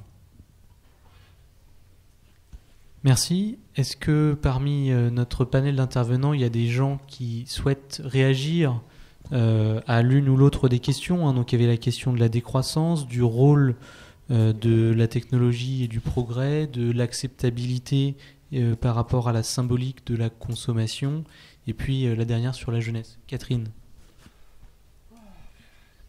What a responsibility. I think that about youth and educating the young people, I think it's being done. I hope so. I think it's a matter of education, of course, but not only school education or thing like that. I think it might be the problem is that young children generally are very environmentalist. They are very convinced of green. And the problem is when they become older. And so maybe this is the moment where the effort should be done. As to degrowth, I prefer... I thought that the question was not so much of degrowth, but if we can speak of post-something, of post-growth society. That is not making all the focus on GDP, you say? On GDP, but on many criteria, many indicators. Not only growth, but also what you call human development, which integrates much more data than just GDP. Yeah. Can I just say a little bit about degrowth, and I'm sure Darryl will come back. I mean, I think there are very good arguments for degrowth. I mean, degrowth is about levels of GDP, and GDP is about it's about economic activity measured by monetary exchanges. It's not about all activity that occurs in an economy, right? The reason why I think that, so I think there's good arguments and there's bad arguments around degrowth. I mean, the good arguments is the first one. I think this goes back to an earlier discussion we were having. is if I talk to Kevin Anderson, who's the climate scientist I know best, and we have long discussions about it, as I understand it, right, the rate of technological change for carbon de-intensification that would have to take place would have to be a long way ahead of anything we've got to at the moment for it to be the case that we could have continuing growth and not an increase, a maintenance or decrease in greenhouse gases. So I think there's a kind of scientific argument, which I take seriously. I mean, I know there's problems about technocracy and so on, but I think if I listen to Kevin, I'm convinced by that argument, right? And that's me taking it on the trust of an expert. I'm not a climate scientist, but there's that part of it. There's issues, I think, independent of that, about the imperative to growth. I mean, I think one of the problems that we have in society is that it's precisely that degrowth as it exists at the moment is in the form of recessions, right? And recessions are a disaster. That's where I agree exactly with Daryl. Right. So we live in a kind of economy where if it doesn't grow, then we're in severe problems. Right. That seems to me, in the context of climate change, that kind of economic system doesn't make sense. So I think there's issues about how we move beyond not just GDP, but how we move beyond economies that require growth to maintain themselves and reproduce themselves. So that's the second. The third argument, I think, for degrowth is one around demarketization. I think, for example, if you donate blood, that doesn't appear in GDP. If you sell it, it appears in GDP. So part of the issues around GDP is around a separate issue, which is how many of our activities do we think we should be maintaining through market relationships? And I actually think a greater part of the economy should be in non-market terms. And if that happens, then we have a decrease in GDP, and I think that's fine, right? I think we've still got the final one is around well-being, right? So I think on various notions of well-being, we could have, and I agree with John Stuart Mill on this. I mean, we could have a stationary state, and John Rawls actually, recently. I mean, yeah, we could have a stationary state and maintain our well-being fine. So I'm all for a degrowth or a post-growth society, and I think it has to be not just post-growth, but degrowth, because I think we can't maintain our current levels of consumption, even maintaining the ones that we have at the moment, and still think. So I'm quite happy with that. There's really bad arguments, which is in things like people adapt to recessions. Well, I think that's just awful, right? But my view is equitable degrowth is the only real game in town, right? And I think when people talk about green growth and other forms of growth, it just, to me, as far as I can see, it doesn't make sense in terms of just the physics of the problem. No. Right, so that's, yeah, I'll leave it there and allow people to come back into it. So that would be my view on it. Dale? Yeah, I think we have to be more specific in our language. This talking of growth and degrowth, it's not just an economy that grows. We're talking about capital accumulation. We're talking about an economy that's driven to grow by competition and accumulation. It's a particular kind of growth. You can imagine producing more material wealth. That is something very different to capitalist economic growth. You could end up having more hospitals, more food being produced. The things that people need could be produced in more abundance. The solar power could produce energy abundance. If during the last oil crisis of the early 70s, when you look at all the huge initial renewable energy schemes, that research projects that were then destroyed in the late 70s, early 80s, when the price of oil fell. It was almost like we woke up in the early 70s and then rolled over and pressed snooze on the alarm, and then woke up again in the late 90s. Oh, it's even worse. Oh no. And if Britain had actually gone ahead with the tidal and wave technology it was developing in the 70s, it would probably be able to produce energy abundance, or a huge amount of energy. That would be a growth in terms of the amount of energy. And again, you can't just talk about growth as an abstract. You've got to look at the specific economic form. Looking at the food production, like more than a third of the food grown on the planet is wasted, is thrown away. And there's two reasons for that. One is kind of technical, is moving it from the fields to where it can be stored to market. There's wastage to do with the long food chains. But the other is that it's a commodity. You know, if you can't sell food, you have to throw it away. Because if you gave it away free, there would be no market for food. And so the very fact that food is a commodity means a huge amount must be wasted. If food was a human right and was a mere question of logistics, there's this food, there's this much people, you would have much less waste. You know, capitalism produces waste. The state spends far more on healthcare than Britain with its National Health Service, because the profits which have to go, the people have worse health, but they spend more. So I just think it's simplistic to just use the term growth or degrowth when you've got to look at the specific form that growth takes. Okay.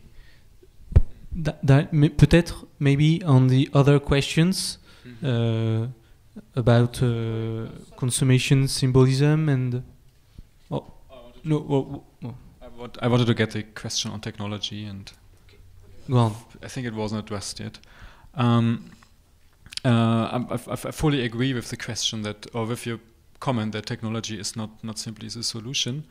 But I think what we have to see is that technology is always the result of people's desires, what they wish and want for. There's some people who argue that the mobile phone has been like imagined first in the Star Trek, the TV series, right? They had these, and a lot of people really wanted this, and I don't know, 30 or 40 years later it happened, and we see this with a lot of transitions happening. I'm going to talk a little bit about Copenhagen tomorrow. The city Copenhagen decided in the late 1970s, with a really strong decision, we want to be as car-free as possible, something Paris did a few years ago in many cities.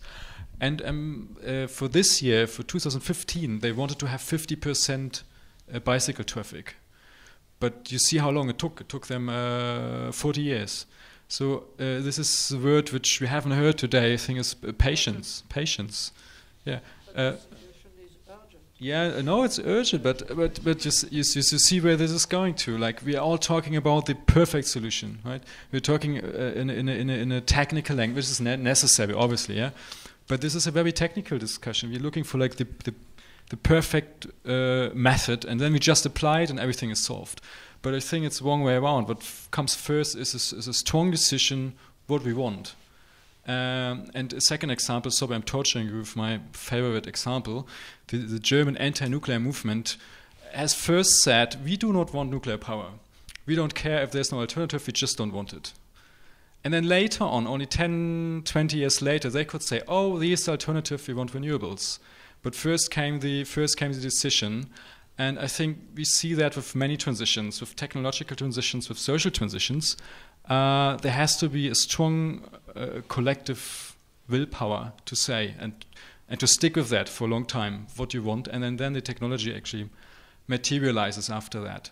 So I think we should not reduce the ability of science, of technology, of humans to develop the solutions which we want. I think the ability is there.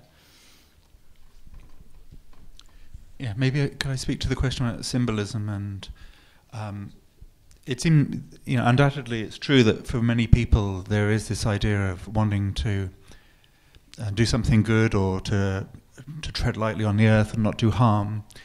And it can take various different forms. I mean, sometimes you might find technological entrepreneurs wanting to do it, not quite framing it in the same way of saving the world, but they want to do something creative that benefits others.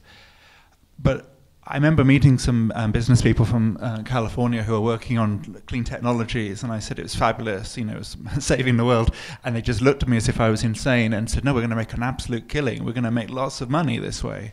And so my worry about this is that although this motivates quite a lot of people, for other people it has no emotional appeal and can actually put them off somewhat, and therefore, you have to find some way of motivating different people, but in different ways. And I think this relates to something that's been going through my mind as various people have been talking about, whether we're talking about ideal theory or non-ideal theory. So I think ideally people should be motivated in this way.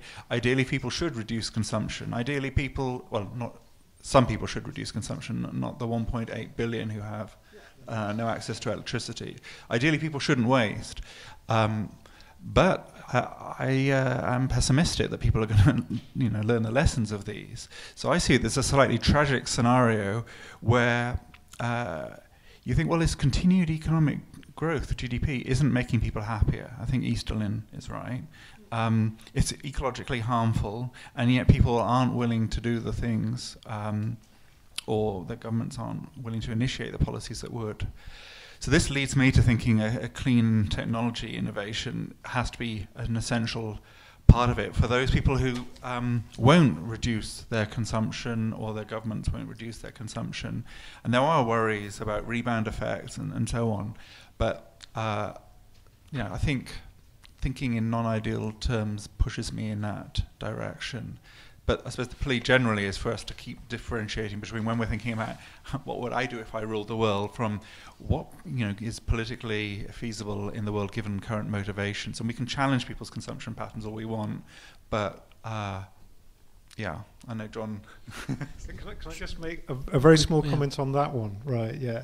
Which is, when you talk about ideal and non-ideal, it's always done, and it's a problem I have in political philosophy in terms of political feasibility, right?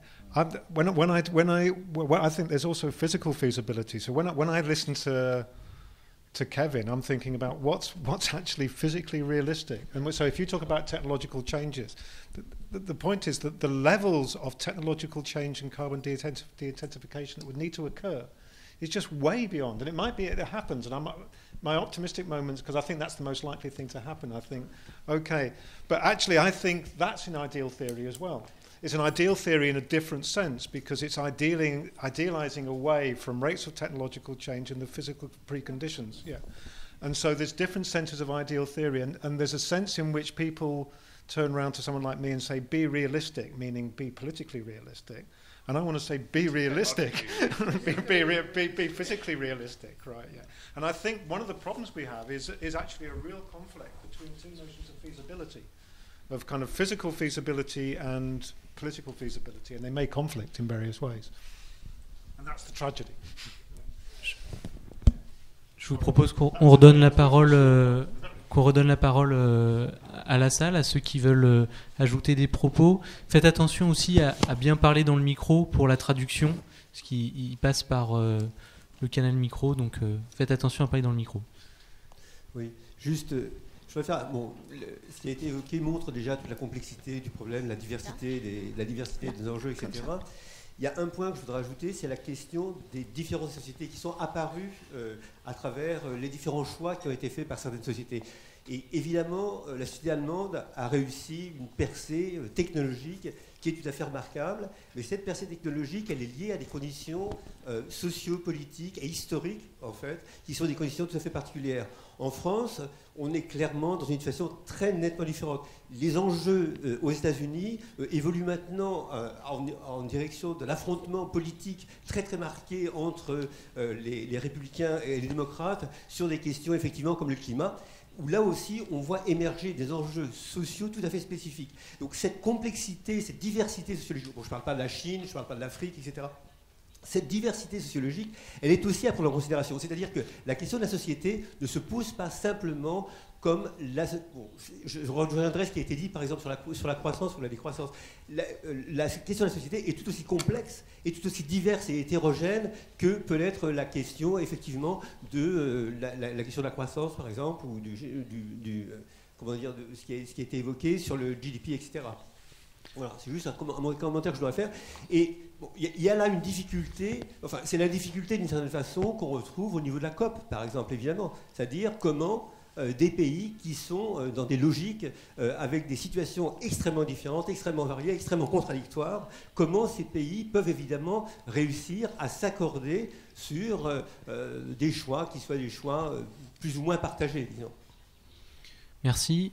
Pour la traduction, il faut parler dans le micro et il faut aussi parler pas trop vite, si possible. Oui, moi je voulais juste souligner ô combien heureux j'étais de vous entendre parce que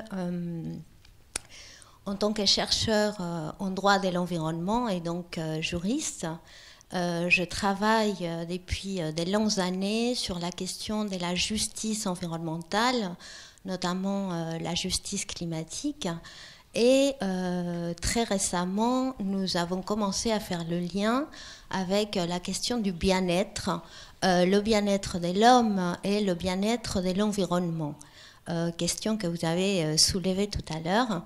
D'ailleurs, j'ai un problème pour la traduction puisque je ne sais jamais s'il faut utiliser le mot welfare ou le mot well-being. Et ça pose toujours un petit problème lorsque j'essaye de lire des textes en anglais qui sont évidemment les plus nombreux, la littérature la plus abondante sur ces sujets. Et donc, plus qu'une question, je voulais juste souligner le fait que ça me rend particulièrement heureuse de voir que vos réflexions en tant que chercheur en sciences humaines et sociales, mais pas en droit, nous amènent quand même vers des chemins qui se rejoignent. Notamment s'est posé des questions sur comment faire avancer la démocratie écologique et comment finalement faire que cette justice environnementale et justice climatique plus particulièrement puisse prendre place quand même au sein de la société à partir de la notion de démocratie écologique qui doit être quand même reconstruite, refondée, repensée par tous les penseurs en sciences humaines et sociales, y compris le droit, même si parfois on considère que les juristes, on est un peu psychorigides et un peu techniques, mais je voulais juste vous rassurer que vous n'êtes pas seul et que ça serait bien qu'on puisse travailler ensemble. Voilà.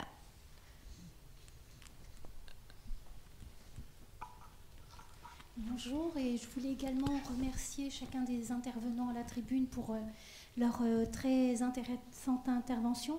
Donc moi, c'est deux commentaires. Le premier porte en fait sur la première partie du débat, sur l'opposition traditionnelle qui est faite entre justice sociale aujourd'hui et possibilité de mise en place de la justice environnementale, climatique et donc de la justice pour les générations futures.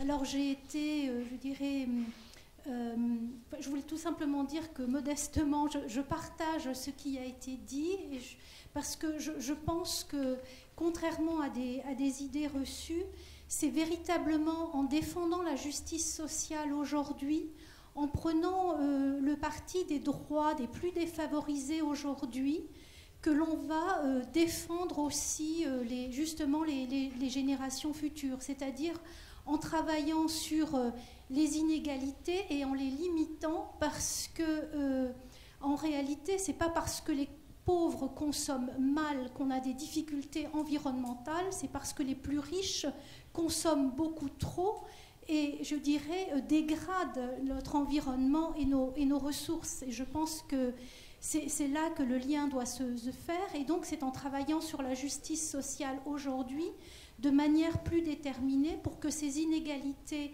je dirais, ne se transfèrent pas à demain, qu'on est susceptible d'avoir dès aujourd'hui une action. Donc, je pense que c'est vraiment à défendre.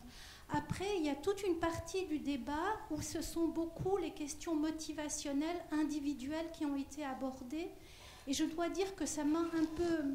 Enfin, c'est important de l'évoquer, bien entendu, mais il me semble que du coup, on n'a pas évoqué des questions qui me semblent beaucoup plus politiques, et notamment la responsabilité du politique, des hommes politiques, leur courage ou non-courage à imposer un certain nombre de décisions, et un problème que je trouve très grave, c'est quand même celui du déséquilibre croissant qu'il y a entre le pouvoir du politique et le pouvoir de la sphère économique et des entreprises. Et si aujourd'hui on a tant de mal même à faire appliquer un certain nombre de décisions, c'est parce que, je dirais, il y a un pouvoir énorme de la sphère économique qui s'oppose à l'application des décisions du politique. Les entreprises sont multinationales et sont susceptibles d'agir sur l'ensemble de la planète, alors que nos politiques, eh bien, ce sont des hommes et des femmes politiques qui agissent sur un territoire national. Et trop souvent, ils se font la concurrence entre eux de façon à pouvoir proposer aux entreprises les meilleures conditions fiscales sur leur propre territoire.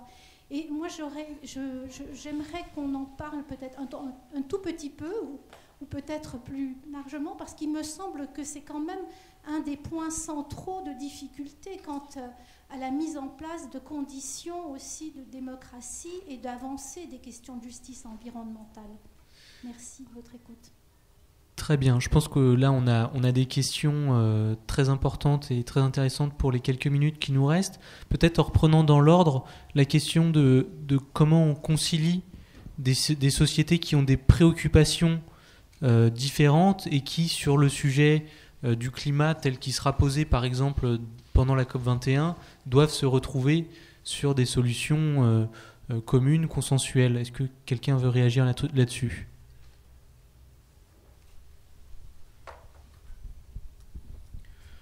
In terms of the different parties trying to come to an agreement during the COP negotiations, I think actually we touched on that already with the domestic case, partially. So if it's the case that we have to work together, then it's important that one has the feeling that everybody does their fair share. That obviously means it's really difficult, or we have to answer the difficult question what the fair share is. But when it comes to the global sphere, obviously there's a lot of concern that if there is a binding climate agreement, that certain states have to forego a certain kind of development path, which would seem to disadvantage them because other states have undergone that development already to the detriment of the climate. So it has a lot to do then with willingness of technological transfer and these kind of things. However, I think again, the issues we run into there are not issues of cultural difference as the main problem. It's about political differences, right? It's about certain actors not being willing to give up as much as they maybe should, not to live up necessarily to their historical responsibility, which I think politically is a less difficult topic than philosophically. Philosophically, we have good reasons to worry about historical responsibility for all sorts of weird, abstract philosophical reasons. But in politics, it seems to be quite clear that there are certain people who have done more to harm the climate, that they've benefited from it economically and socially and in many other ways, and that there's maybe now not the willingness there to share in carrying the costs. And we earlier very briefly heard about the Yasuni initiative, for instance, in Ecuador, where it was exactly about the international community paying a certain amount of money so that massive oil resources wouldn't be exploited under a biodiversity hotspot. And these kind of things fall through, again, largely for political reasons. It's not. I don't see the problem there in terms of that we have different cultures necessarily, or that we can't come to an agreement culturally speaking, because at the end of the day, there should be a joint interest in combating climate change, but it's lots of political issues there. And there, of course, it's again not only politics, it's politics with economics in the background, which makes the negotiation so much more difficult. Merci. Du coup, ça relie à la deuxième question, peut-être, la dernière question, pardon, qui est celle du courage politique, de la responsabilité des acteurs politiques, au sens où ils sont censés incarner cette décision et cette responsabilité, peut-être de leur manque de courage. Qu'est-ce que vous en pensez ?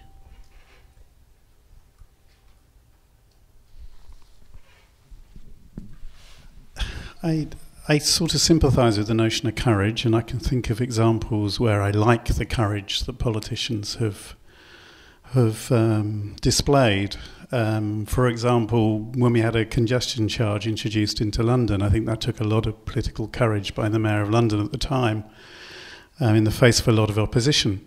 But on the other hand, I don't want my current government to show much political courage, because I don't agree with a lot of what they would do as a consequence of that courage. So I'm a bit suspicious that courage is something that we like when we agree with the outcome.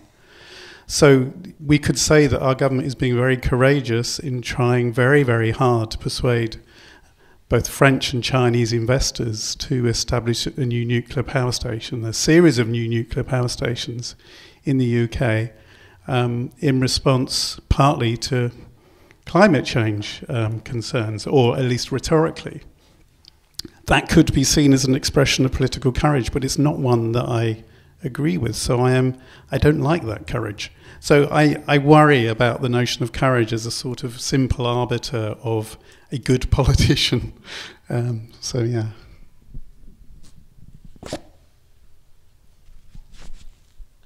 Alors peut-être soit sur ces deux premières questions, soit sur l'interdisciplinarité, y compris avec le droit qui a été introduite. Comment effectivement ces notions un petit peu théoriques ou de sciences humaines en philosophie politique, en sociologie, peuvent ouvrir des portes vers une transcription ou des recherches en droit, alors, sur une de ces questions ou sur les deux premières.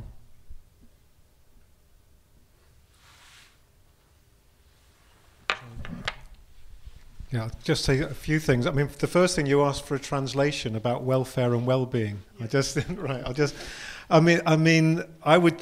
tend to use the word well-being, right? Partly because the concept of welfare is often, it's something called welfarism in philosophy, and the concept of welfare is often associated with a very particular account of well-being, which is a preference satisfaction account of well-being. So I think I'd rather use the general thing about well-being and use, but it's true, it's used interchangeably a lot of the time, right? So I don't want to lose the word welfare to people that have a particular account of well-being either, but that would be my default. On law, I think law is really important, I've just been involved in the environmental justice organisations, liabilities and trade, kind of debates. And part of the problem, again, is the problem that we talked about with political levels. So oil companies are taken to court in Ecuador, which I've looked at recently with the whole the spills with Exxon, Texaco, Chevron. There's the oil spill, the oil spills that have been happening in Africa, in Nigeria and so forth. And I think that's a really important avenue in which you can actually bring large oil companies to book, so to speak. And I know the Ecuadorian government also in their constitutions, but constitutions come to a penny in South America, so it's not that. But they have a new one every 5 years, as far as I can work out. But it's not quite that bad. But there was an attempt to bring BP for the leaks in the Atlantic under the rights of nature. Right. The big problem, I think, is actually a problems of jurisdiction. That actually what tends to happen is the companies, because they're international, move to different levels all the time. And I'd like to hear from you about what the strengths of law are in that context, and also what the limits are. Right. So I think there's a really important role to be discussed about the role of law. The second one is about the role of representation, which you've already talked about, future generations. But also, I mean, in the Ecuador case, of non-human nature as well, and whether that makes sense. But can I just say I have a worry always about representations of future generations and non-humans.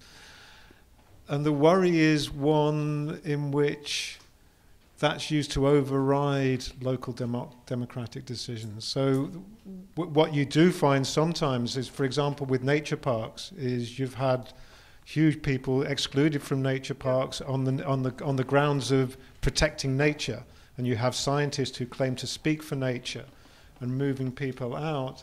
And I kind of worry about the legitimacy of different models which try and give representation to non-humans and to future generations as well. So I think there's a democratic problem around that, which we need to take seriously, and a cultural one, yeah. Two quick things. I mean, one on that, I know, because I've worked on representing future generations, and if I talk to certain audiences, their immediate thought is about balanced budget amendments in the US as a tool for reducing any welfare spending. So exactly what you're doing. I mean, as you'll know, the agenda case, and the case in the Netherlands earlier this year, and there's public trust doctrine law cases taking place in many countries. I think these are all very important, but I always have I work in a politics department, which will explain this comment. I always think that these are very good, but they're as good as the law that you have. And if there isn't a public trust doctrine, or if there isn't a law in place, then there's not much that can be done. And so the action then has to go onto legislatures and have proper parliamentary or just proper democratic debates. So I think law has played a crucial role, and in environmental activists focusing on legal cases have done a great job, but it needs to be supplemented with political action, I think.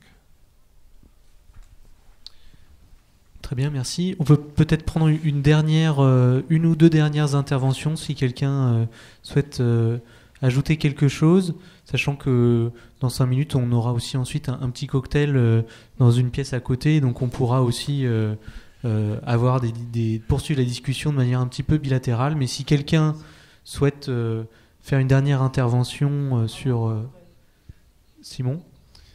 Oui, moi j'aurais une petite question pour prolonger l'intervention qu'il y a eu précédemment où Madame soulignait l'impuissance du politique des États face aux puissances économiques. On soulignait aussi la différence des États vis-à-vis du changement climatique, puisque en fonction des nations, des pays, évidemment, ils ne sont pas confrontés aux mêmes problématiques. On a l'habitude de réfléchir en termes d'État-nation pour réfléchir aux politiques, à l'action politique, mais là on a souligné aussi l'importance des villes dans les politiques publiques pour la lutte contre le changement climatique, et je voulais avoir votre sentiment en fait sur l'échelle qui vous semblait la plus pertinente pour mettre en place des nouvelles politiques innovantes, et est-ce que l'État-nation n'est pas un cadre dépassé et désuet pour réfléchir à la question, et quelle serait l'échelle pertinente? Est-ce que c'est la ville métropole? Est-ce que c'est une autre échelle?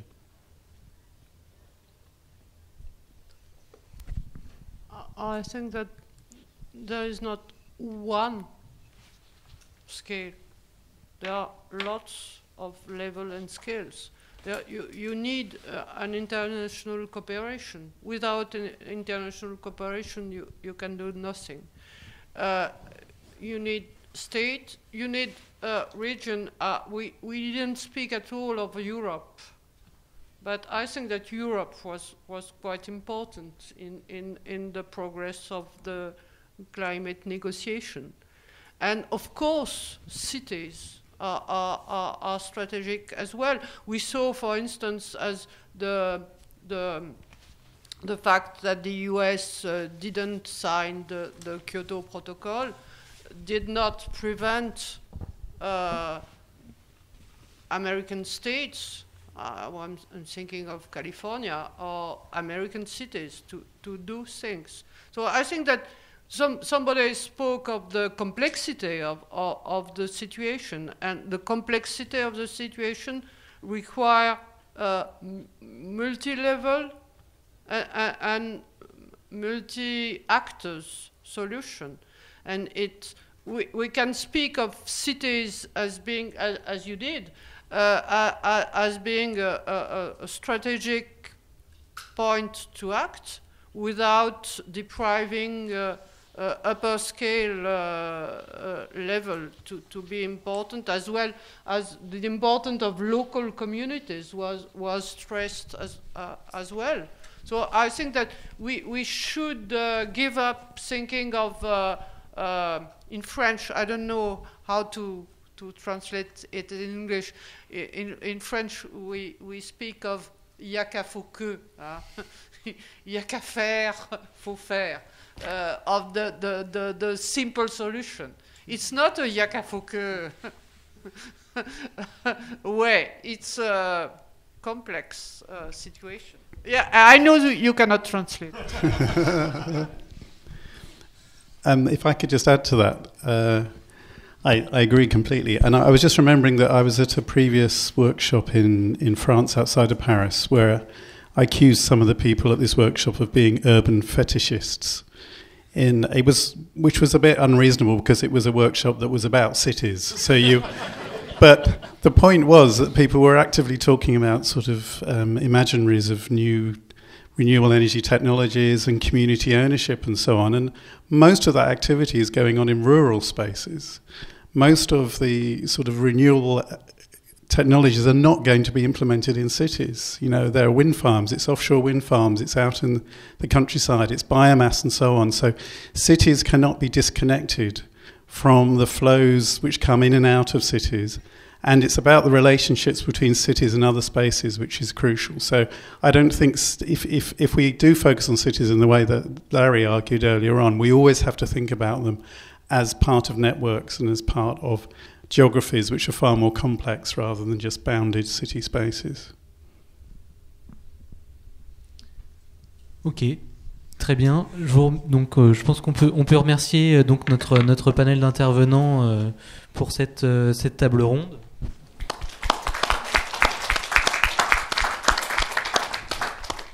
J'espérais pouvoir conclure. Au début, je m'étais dit que je pourrais conclure en essayant de synthétiser ce qu'on pouvait retirer de ce débat.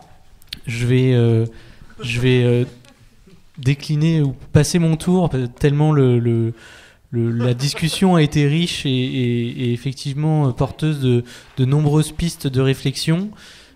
Juste donc effectivement pour du coup conclure sur les remerciements, le plaisir que du coup la ville de Paris a eu à accueillir cette discussion et ce colloque organisé et proposé par l'Institut d'études avancées, et puis effectivement vous dire que ça s'inscrit dans une mobilisation, c'est un colloque scientifique qui s'inscrit dans un calendrier de mobilisation de la ville dans le cadre de la lutte contre le changement climatique et notamment dans la perspective de la COP21.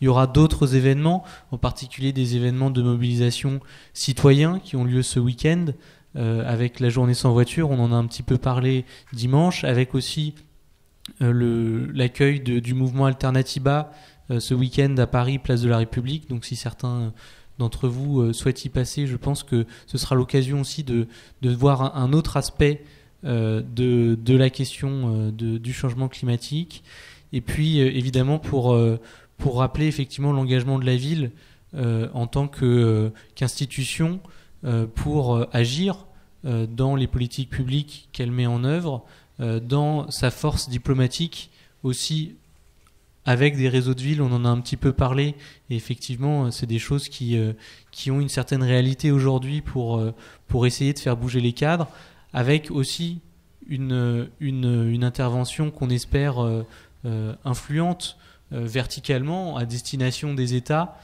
pour le succès de la COP21 cette année, et plus largement de tout ce que nous avons à faire pour lutter efficacement contre le dérèglement climatique.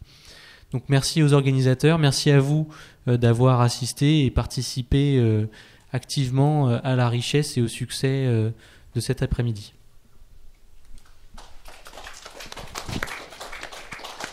Et donc vous êtes invités au cocktail qui a lieu dans le foyer juste à côté. Et